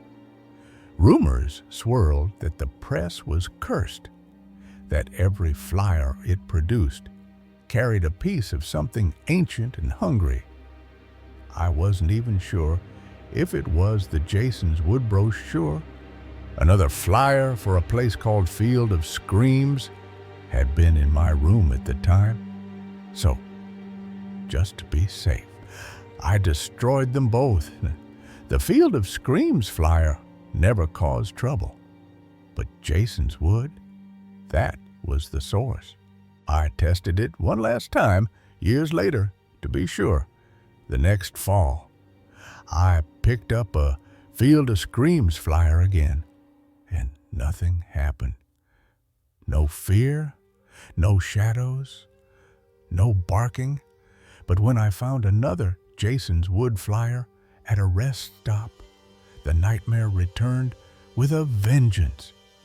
That night, the exact same sequence started all over again. The dog's frantic barking, the crushing dread, the fleeting glimpses of childlike figures in the dark. I didn't hesitate. I shredded it immediately, and it never came back. Now, I avoid anything with a flaming pumpkin. The historian's words haunt me. The press was destroyed, but some flyers survived, scattered across the state, waiting for someone foolish enough to take them home. What if I hadn't torn it up? What if it's still out there, waiting for me? I haven't touched one since. I don't know what those flyers carry, but I know they're not just paper. They're a trap, a doorway to something that should have stayed locked away. Story number 12, Whispers of the Unseen Watcher. The house stood like a silent sentinel, its shadowed walls hiding truths no occupant should uncover, its windows glinting under the night's pale glow, casting shadows that danced with a life of their own. I entered the room, the air heavy with a scent I couldn't place. Wood, dust, something older, something that clung to the air, something that knew my name. The floors creaked, their patterns warping as if the dwelling itself was bending time, its edges alive with a pulse I couldn't name. I was no stranger to peace, but this was different. This was alive. This was a truth that pulsed in the dark. The boards groaned, their wood shifting as I moved, their sound a rhythm that stirred in the silence, a rhythm that wasn't mine. The mirror by the bedside glinted, its reflection warped, showing not just me, but fragments of others, faces I didn't know, eyes that weren't mine. I blinked, my heart a drum, my breath catching, my hands trembling on the frame, but the faces were gone, the glass empty, the silhouettes heavier. The house wasn't empty, it was full, brimming with a presence I couldn't name, a truth I couldn't escape. I ventured deeper, the rooms stretching ahead, their corners bending as if the home was watching, waiting. The moonlight flickered, its beams warping into patterns that weren't random, patterns that pulsed like a heartbeat. The air grew denser, thick with a weight that pressed against my mind, a weight that followed me, a weight that refused to fade. The dwelling wasn't mine, it belonged to something else, something that stirred in the shadows, something that knew I was here. The night deepened, the house's pulse a drumbeat under my steps, its silence a predator. I carried my calm, a frail shield against the unknown, but the walls disagreed, their presence alive with mystery. I was a witness, a soul, marked by a secret I couldn't unknow. The wind sighed. The home, a canvas of lives spent and lost, its spaces holding echoes of those who'd rested here, those who'd never left. I was no stranger to faith, but this was alive, a truth I couldn't escape. The house was a witness, a keeper of secrets, a truth that held me, a truth that shaped me, a truth I couldn't shake. I stood, the doorway, a frail defense, but the shadows moved, their edges alive, their presence a truth that pulsed in the stillness. I'm Muslim, and as part of my faith, I believe in the existence of jinn.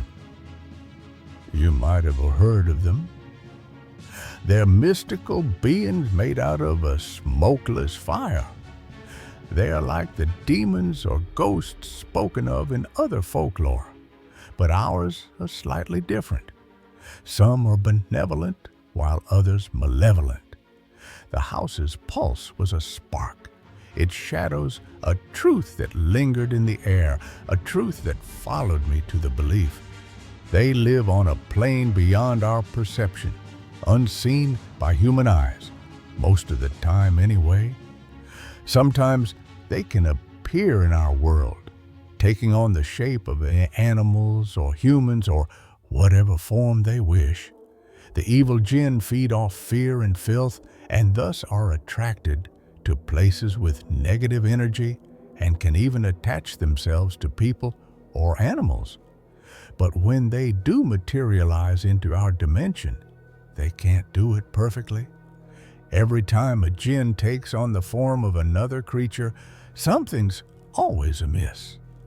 The mirror glinted, its reflection warped, showing not just me, but fragments of others, faces I didn't know, eyes that weren't mine, eyes that pulsed in the dark.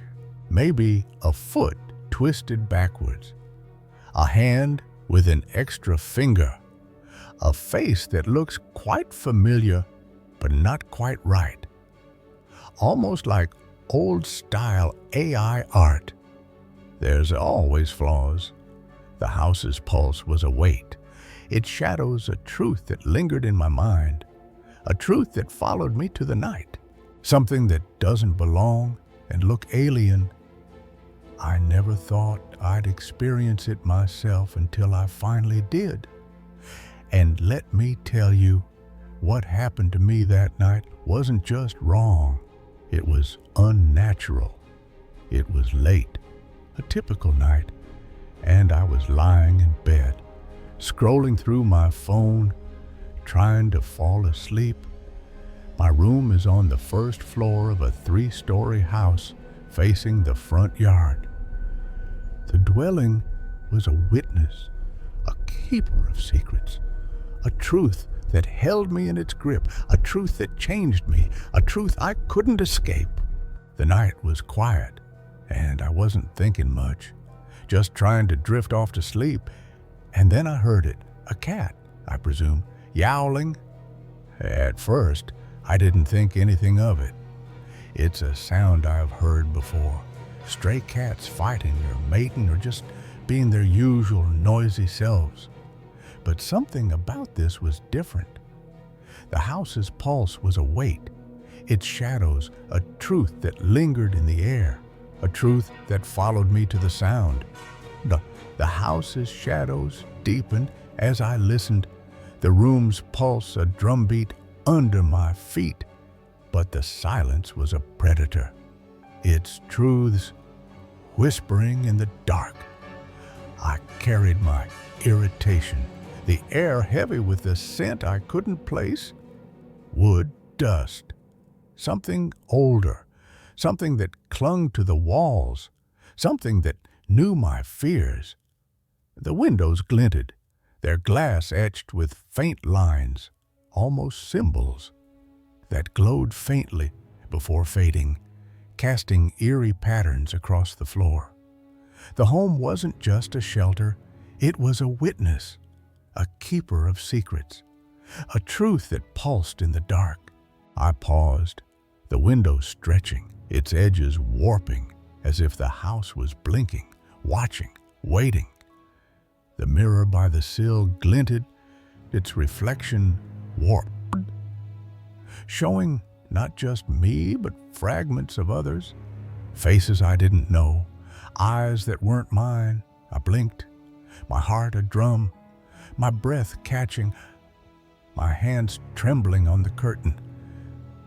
But the faces were gone, the glass empty, the silence heavier. The house wasn't empty. It was full, brimming with a presence I couldn't name, a truth I couldn't escape. The hall loomed ahead, its shadows deepened, but the air was wrong, heavy, with a pressure behind my eyes, a feeling like a memory not my own. I saw flashes, voices in winds, footsteps on boards, faces I didn't know but felt I should, their eyes hollow, their mouths moving without sound. The moonlight danced, its glow swallowed by the dark, its path bending as if the home was warping, reshaping to keep me here. The dwelling wasn't mine. It belonged to something else, something that stirred in the shadows. I stepped back, the bed a frail refuge, but the shadows lingered, their edges too sharp, too alive, as if the house was watching, waiting. The night was a weight, the room a prison, its walls a canvas of lives spent and lost, its shadows holding echoes of those who'd slept, those who'd never left. I was a witness, a soul, marked by a secret I couldn't unknow. The breeze filtered through the cracks, but the house disagreed, its shadows lingering, its pulse a drumbeat that followed me. I was no stranger to rest, but this was alive, a truth I couldn't escape. The home was a record, a canvas of lives spent and lost, its space it holding echoes of those who'd passed through, a mystery that pulsed in the dark. The yowling wasn't just a cat in heat. The sound echoed through the night, tearing into the stillness. It was desperate and seemed to be coming from right outside my window. I was irritated. So I got up and went to the window to see what was going on. The house's pulse was a weight, its shadows a truth that lingered in the air, a truth that followed me to the peak. The mirror glinted, its reflection warped, showing not just me, but fragments of others, faces I didn't know, eyes that weren't mine, eyes that pulsed in the dark. I was already too tired to deal with it, but curiosity got the better of me, and I peeked outside, but I didn't see anything. The street was empty, bathed in the dim light of the street lamps. There was no cat. The sound had gone. The house's pulse was a weight, its shadows a truth that lingered in my mind, a truth that followed me to the confusion. Confused, I returned to bed, trying to shake off the weird, uneasy feeling I got. The house was still, and my mind was too tired to think about it. So I grabbed my phone again and tried to focus on the screen. But then the sound came again, louder this time and closer. That same mind-numbing yowling. The dwelling was a witness, a keeper of secrets, a truth that held me in its grip, a truth that changed me, a truth I couldn't escape. Oh, my patience was wearing thin at this point. I groaned and got up, making my way back to the window. I was already tired and frustrated and was not in the mood for whatever animal nonsense this was. But when I looked outside again, there was nothing. The yard was empty. The house's pulse was a weight, its shadows a truth that lingered in the air, a truth that followed me to the figure. The street lamps casting long shadows, distorting the shape of the street lamp, making it. That's when I saw a slender figure. It looked a little off-putting, but there was no cat to be seen. This time, I stayed by the window a little longer, scanning the shadows, waiting for the sound to return, eager to find the source of the intruding noise so that I could be at ease. But nothing? I was starting to feel unsettled. The house's pulse was a weight, its shadows a truth that lingered in my mind, a truth that followed me to the unease. The house's shadows followed me as I lingered. The room's pulse a drumbeat under my feet, but the silence was a predator, its truths whispering in the dark. I carried my restlessness, the air heavy with a scent I couldn't place, wood, dust, something older, something that clung to the walls, something that knew my fears. The windows glinted, their glass etched with faint lines, almost symbols, that glowed faintly before fading, casting eerie patterns across the floor. The home wasn't just a refuge. It was a witness, a keeper of secrets, a truth that pulsed in the dark. I paused, the window stretching, its edges warping as if the house was blinking, watching, waiting. The mirror by the ledge glinted, its reflection warped, showing not just me, but fragments of others, faces I didn't know, eyes that weren't mine. I blinked, my heart a drum, my breath catching, my hands trembling on the sill. But the faces were gone, the glass empty, the silence heavier. The house wasn't empty, it was full, brimming with a presence I couldn't name, a truth I couldn't escape. The hall loomed ahead, its shadows deepened, but the air was wrong, heavy with a pressure behind my eyes, a feeling like a memory not my own. I saw flashes, voices and winds, footsteps on boards, faces I didn't know but felt I should, their eyes hollow, their mouths moving without sound. The moonlight danced, its glow swallowed by the dark, its path bending as if the home was warping, reshaping to keep me here. The dwelling wasn't mine, it belonged to something else, something that stirred in the shadows.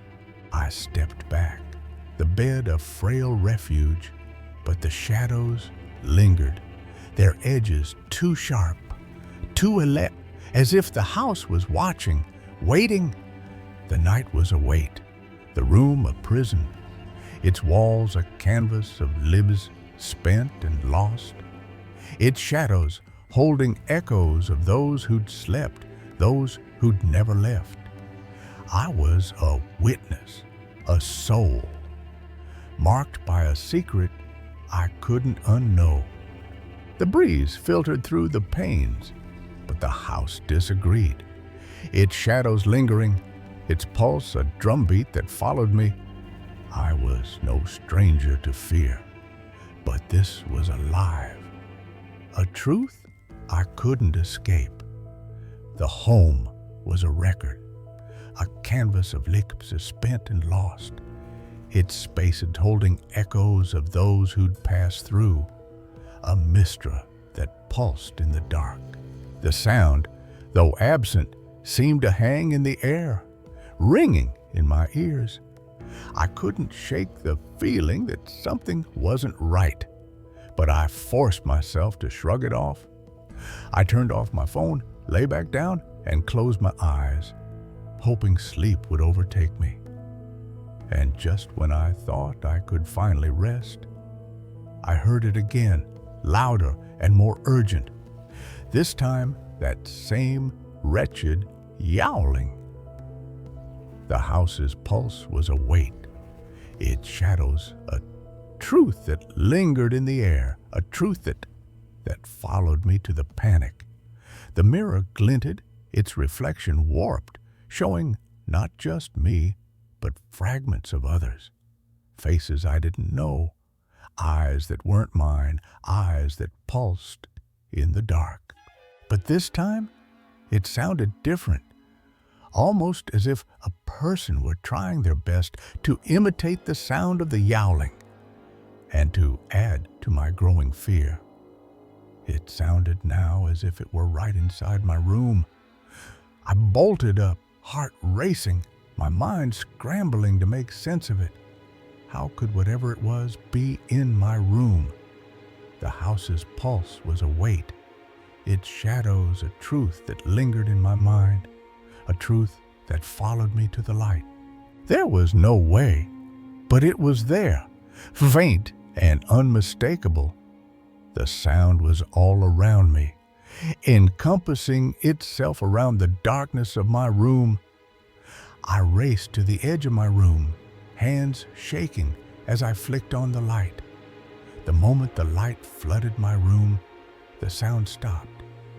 The dwelling was a witness, a keeper of secrets, a truth that held me in its grip, a truth that changed me, a truth I couldn't escape.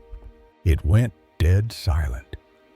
The sound of the night breeze and crickets chirping in the distance all seemed to suddenly come to a halt, as if an apex predator made its presence known.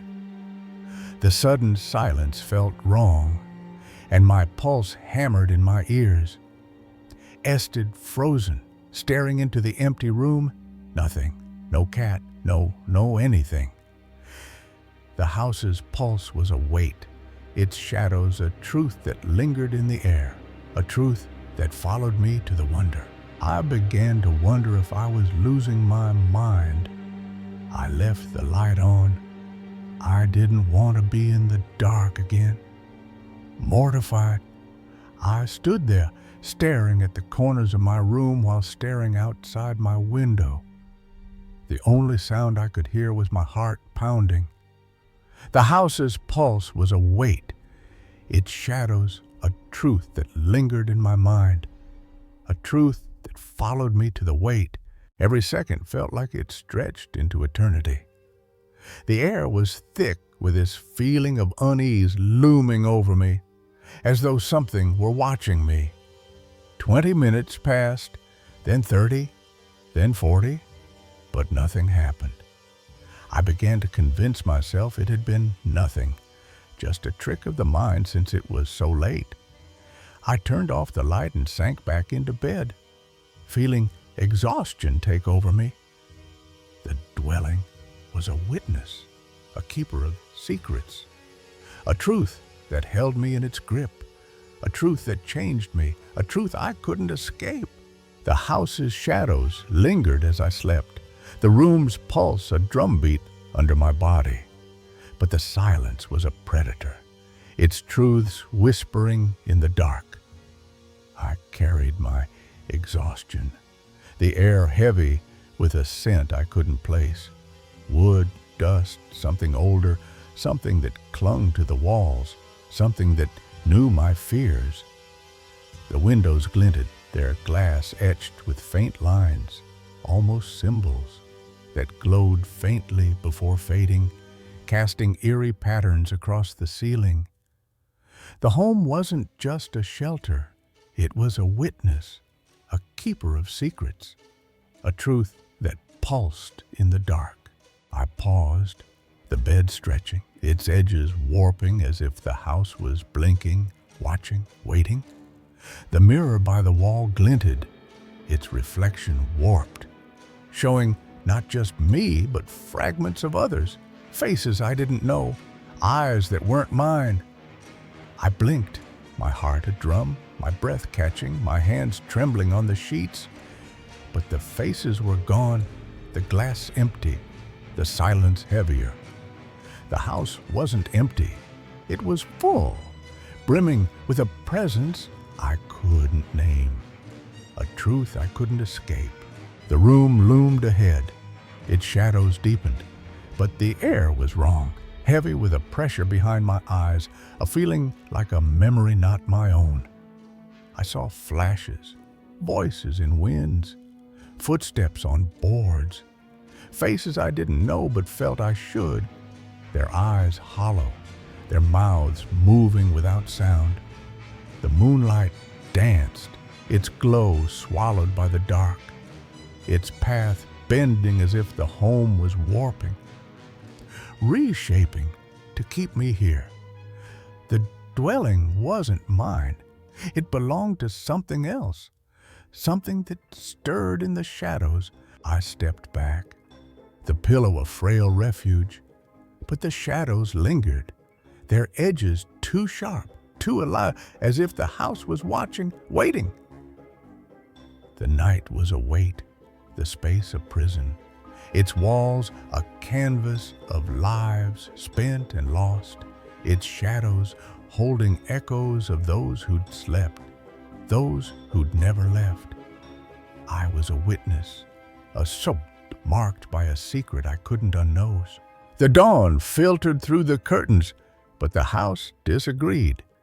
Its shadows lingering, its pulse a drumbeat that followed me. I was no stranger to dreams, but this was alive, a truth I couldn't escape. The home was a record, a canvas of lives spent and lost, its spaces holding echoes of those who'd passed through, a mystery that pulsed in the dark. I closed my eyes, willing myself to sleep. As I finally managed to fall asleep, I relaxed and eased down, but it was short-lived. I found myself in a dream, a nightmare that felt like a memory I had twisted, and its detail was altered. I was running down a street, my street. The house's pulse was a weight, its shadows a truth that lingered in the air, a truth that followed me to the chase.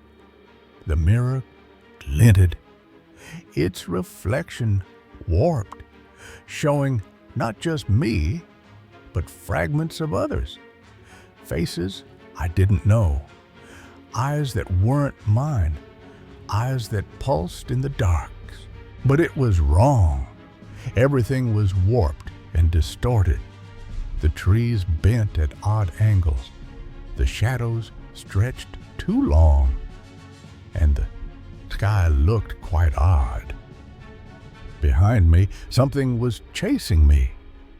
The house's pulse was a weight, its shadows a truth that lingered in my mind, a truth that followed me to the dread. I could feel it, the weight of it, the pure anger and hatred emanating from whatever it was. But I couldn't bring myself to look back, to give in to my fear. I couldn't shake it anymore. So I glanced over my shoulder, and there it was, an entity huge, darker than anything I'd ever seen.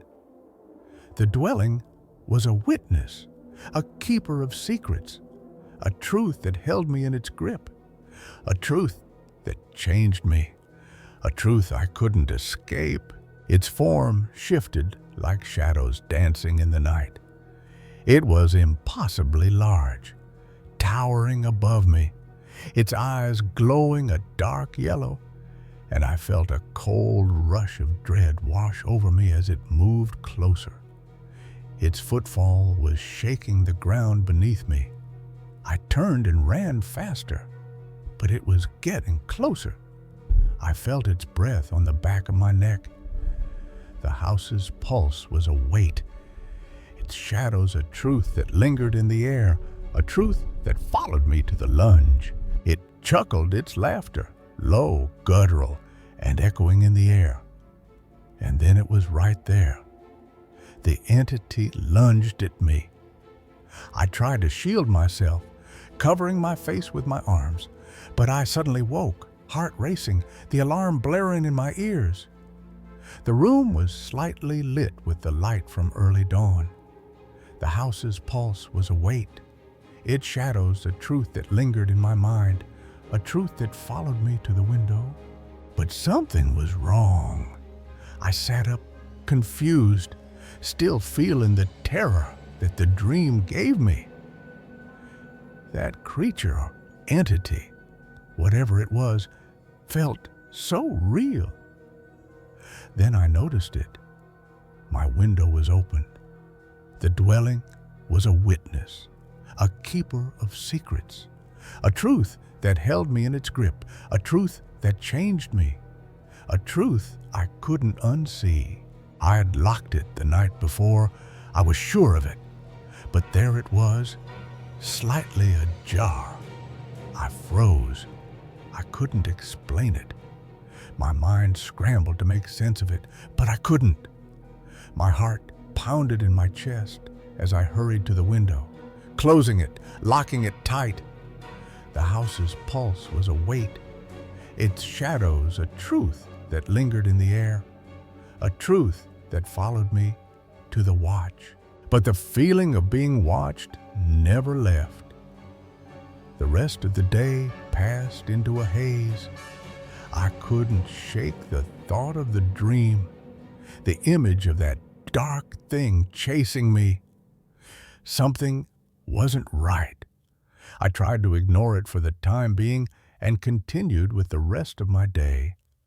The house's pulse was a weight, its shadows a truth that lingered in my mind, a truth that followed me to the cat.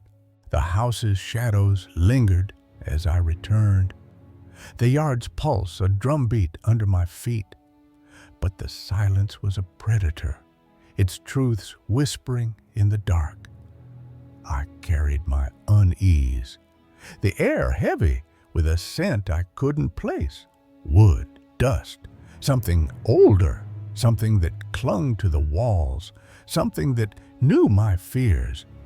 The windows glinted, their glass etched with faint lines, almost symbols, that glowed faintly before fading, casting eerie patterns across the ground. The home wasn't just a shelter, it was a witness, a keeper of secrets, a truth that pulsed in the dark. I paused, the driveway stretching, its edges warping as if the house was blinking, watching, waiting. The mirror by the porch glinted, its reflection warped, showing not just me, but fragments of others, faces I didn't know, eyes that weren't mine. I blinked, my heart a drum, my breath catching, my hands trembling on the door, but the faces were gone, the glass empty, the silence heavier. The house wasn't empty, it was full, brimming with a presence I couldn't name, a truth I couldn't escape. The path loomed ahead, its shadows deepened, but the air was wrong, heavy with a pressure behind my eyes, a feeling like a memory not my own. I saw flashes, voices in the winds, footsteps on boards, faces I didn't know but felt I should. Their eyes are hollow, their mouths moving without sound. The moonlight danced, its glow swallowed by the dark, its path bending as if the home was warping, reshaping to keep me here. The dwelling wasn't mine, it belonged to something else, something that stirred in the shadows. I stepped back, the steps a frail refuge, but the shadows lingered, their edges too sharp, too alive, as if the house was watching, waiting.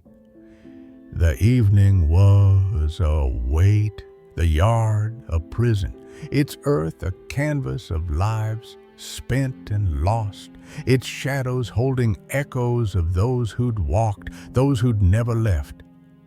I was a witness, a soul marked by a secret I couldn't unknow. The dusk filtered through the trees, but the house disagreed, its shadows lingering, its pulse a drumbeat that followed me. I was no stranger to terror, but this was alive, a truth I couldn't escape. The home was a record, a canvas of lives bent and lost, its spaces holding echoes of those who'd passed through, a mystery that pulsed in the dark. But when I pulled into my driveway that evening, I saw a black cat.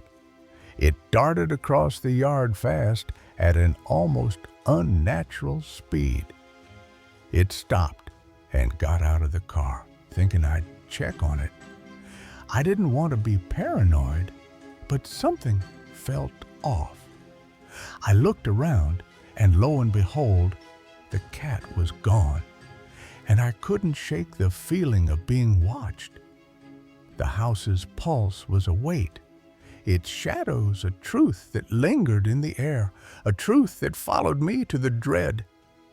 The mirror glinted, its reflection warped, showing not just me, but fragments of others, faces I didn't know, eyes that weren't mine, eyes that pulsed in the dark. I went inside, still feeling very queasy about this whole situation. So I tried to distract myself with video games, and that certainly didn't help. The sense of dread gnawed at me. It felt as if I had a stalker who was just waiting, barely out of sight, watching. I went to bed early, hoping for rest. The house's pulse was a weight, its shadows a truth that lingered in my mind, a truth that followed me to the sound. But as soon as I felt myself nearing slumber, I heard it again. The same noise I heard last night, the yowling. Distant, faint at first, then louder and closer. I wanted to ignore it. The dwelling was a witness, a keeper of secrets, a truth that held me in its grip, a truth that changed me, a truth I couldn't escape. I wanted to believe it was just some stray cat who was in intense heat. But deep down, I knew it was no ordinary cat. I fell asleep since I was quite tired and the sound never ceased. Accepting that it was just a very loud, rambunctious feline, I decided I wouldn't pay it any mind. However, as if on cue, I felt a sense of dread unlike anything I felt before. The house's pulse was a weight, its shadows a truth that lingered in the air, a truth that followed me to the paralysis. I woke, blinking rapidly to adjust my eyes in the darkness. I realized my body's paralyzed, like something was pressing down on me. I couldn't move. My body refused to obey, and panic rose in my chest as I struggled to move my limbs. Realizing in the moment that I was having an episode of sleep paralysis, I began reciting an incantation, a prayer that offers a protection against evil. The house's pulse was a weight, its shadows a truth that lingered in my mind, a truth that followed me to the prayer. I could only move my eyes, so I screamed the prayer in my mind. And while doing so, I was able to slightly turn and look over at my window.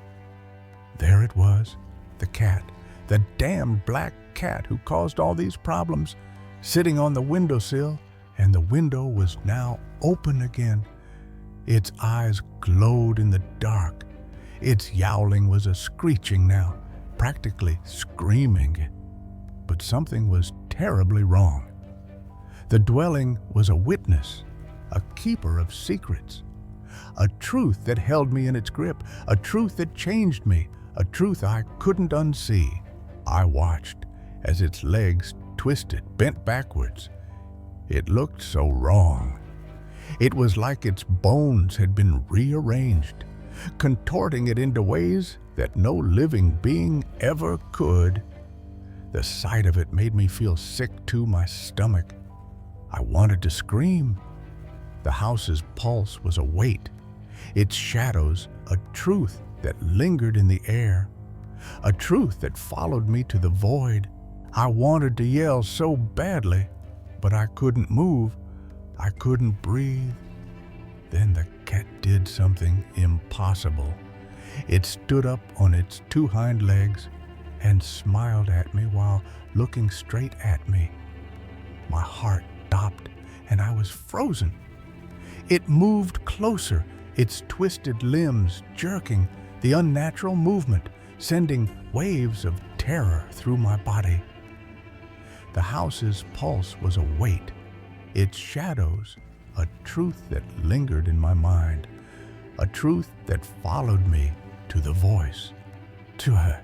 Its body stretched, the fur dissolving into darkness. The form of the cat was now gone, replaced by a void of emptiness. And then I heard a ragged voice sounded like someone whispering. The words sounded strange and foreign, but somewhat recognizable, but a language I'd never heard before. This didn't matter. The sound its voice made my blood run cold. The dwelling was a witness, a keeper of secrets, a truth that held me in its grip, a truth that changed me, a truth I couldn't unsee. By this time, I had finished reciting the prayer for protection and began regaining control of my limbs. Just as I was about to move without warning, the creature looked at me, its grin dissipating into anger. It let out an awful blood-curdling shriek and jumps out the window, looking at me one last time before its body, twisting in the night, disappears into the shadows. I lay there, motionless, paralyzed. The terror clung to me like a second skin. The house's pulse was a weight, its shadows a truth that lingered in the air, a truth that followed me to the aftermath. And after what had happened, I couldn't sleep that night, nor the one after, because when I closed my eyes, I felt that same presence. The strange cat never appeared again, and the yowling I never heard either. In the days that followed, things seemed to go back to normal. Every time I passed reflective surface, I feared a shadow might flicker at the edge of my vision. The house's pulse was a weight, its shadows a truth that lingered in my mind, a truth that followed me to the fear. The terror that I saw, that I heard, It stays with you. That night, I tried to go to sleep fast in fear that I'll hear it again, the faintest and most chilling yowling in the distance. I hope none of you ever experience this. It's truly disturbing. The dwelling was a witness, a keeper of secrets, a truth that held me in its grip, a truth that changed me, a truth I couldn't escape. Story number 13, The Shadow by the Road. The night was heavier than usual, as if the air itself carried its secrets too dark to whisper. In the quiet of rural Minnesota, where the road stretched endlessly under a starless sky, I drove my beat-up delivery van, the hum of the engine my only companion. I consider myself healthy mix of skeptic and believer, someone truly on the fence. But tonight, something waited for me, something that would claw at the edges of my doubt and drag me into a world I wasn't ready to face. It started with a flicker in the corner of my eye, a shape too tall, too still, standing by the roadside. I blinked, thinking it was fatigue playing tricks, but the figure didn't vanish. It watched me, its presence a weight that pressed against my chest, urging me to keep driving, to not look back. The road curved around a barren hill, the kind that seemed to swallow light rather than reflect it.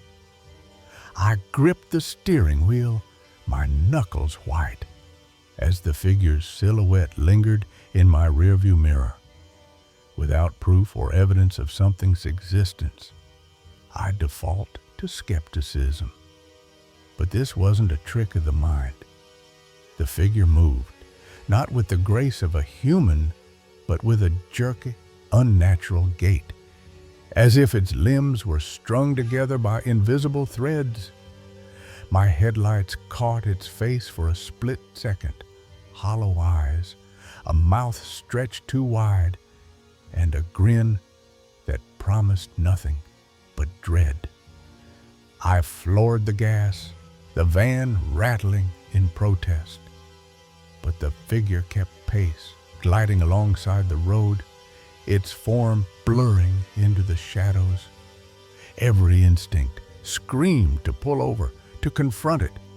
But something deeper, something primal, told me that stopping meant surrender. The air grew colder, the dashboard clock flickering as if time itself was unraveling. I'd driven this route 100 times, delivering pizzas to sleepy farmhouses and trailer parks. But tonight, the road felt alive, conspiring against me. I've experienced enough to know that the supernatural in general does exist. And then I saw it. The dog, not a stray, not a coyote, but a beast as black as the void, its eyes glowing like twin moons in my high beams. It looked like a dog or a wolf barking big. It crossed the road, not running, but stalking, its movements deliberate, as if it knew I was watching. I expected it to climb the hill, to disappear into the night, but it didn't. It walked straight into the hill, its body melting into the earth like smoke. My breath caught, my heart hammering so loud I couldn't hear the engine anymore. I wasn't alone anymore. The figure was closer now, no longer a distant specter, but a presence just beyond my window, its breath fogging the glass despite the summer heat. I've grown up in rural Minnesota long enough to know to keep my eyes away from the side of the road at night, but I couldn't look away. Its fingers, long, skeletal, tipped with nails like blackened claws scraped against the van, a sound that burrowed into my skull. I swerved, nearly veering off the road, but the figure didn't falter. It was toying with me, savoring my fear.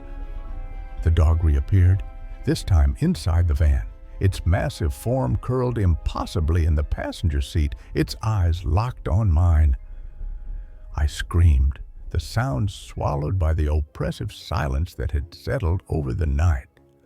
I believe the things I have personally experienced.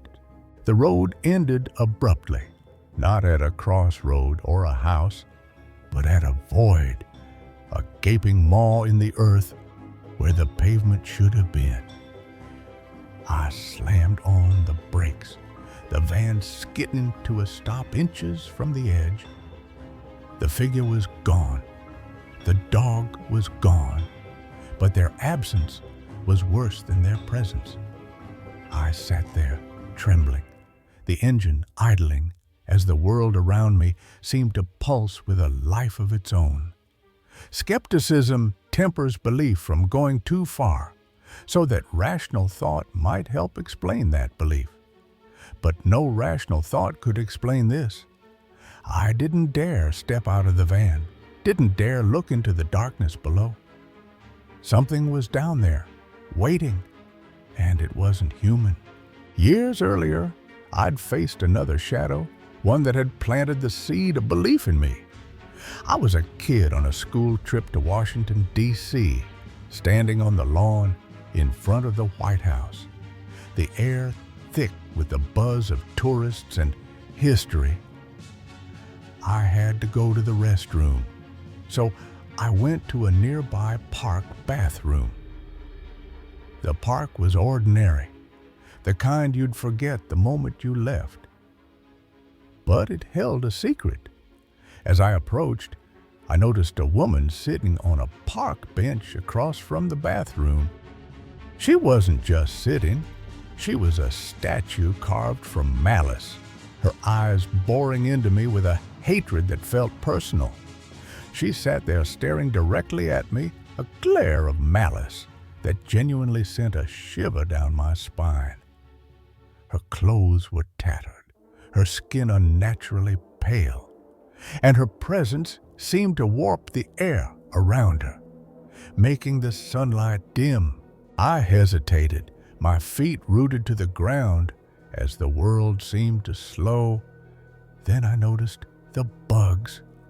Not just a few, but a swarm, hornets, wasps, bees, a writhing mass that coated her like a second skin.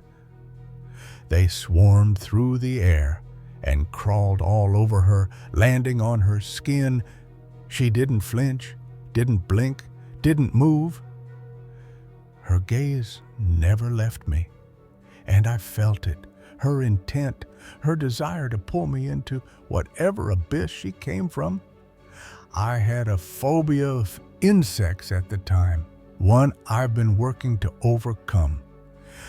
I ran, my legs carrying me faster than I thought possible, the sound of buzzing chasing me like laughter.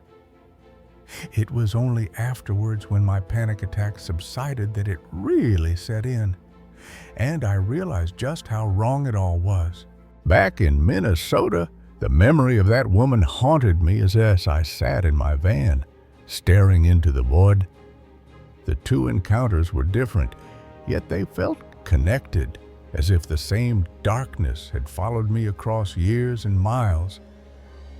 I drove back to the pizza shop, the road now ordinary, the hill just a hill. But I couldn't shake the feeling that I had been marked, that something had seen me and decided I was worth watching. I don't know what she was. I don't know what the dog was, or the figure, or the void. But I know they weren't human, weren't natural. They were warnings, or maybe invitations, to a world I'm not sure I want to understand. Now, I avoid that road. I quit the delivery job, moved to a new town, but the shadows follow. Every creak in the house, every flicker of movement in the dark feels like a reminder. I still practice my craft, my rituals, my faith, but it's different now. I cannot believe in a God without proof, but I believe in the dark, in the things that linger just out of sight. Whether I would personally worship them is another matter. I don't worship them. I fear them. And maybe that's enough for them. The night is heavier now, and I'm not sure it'll ever lighten again.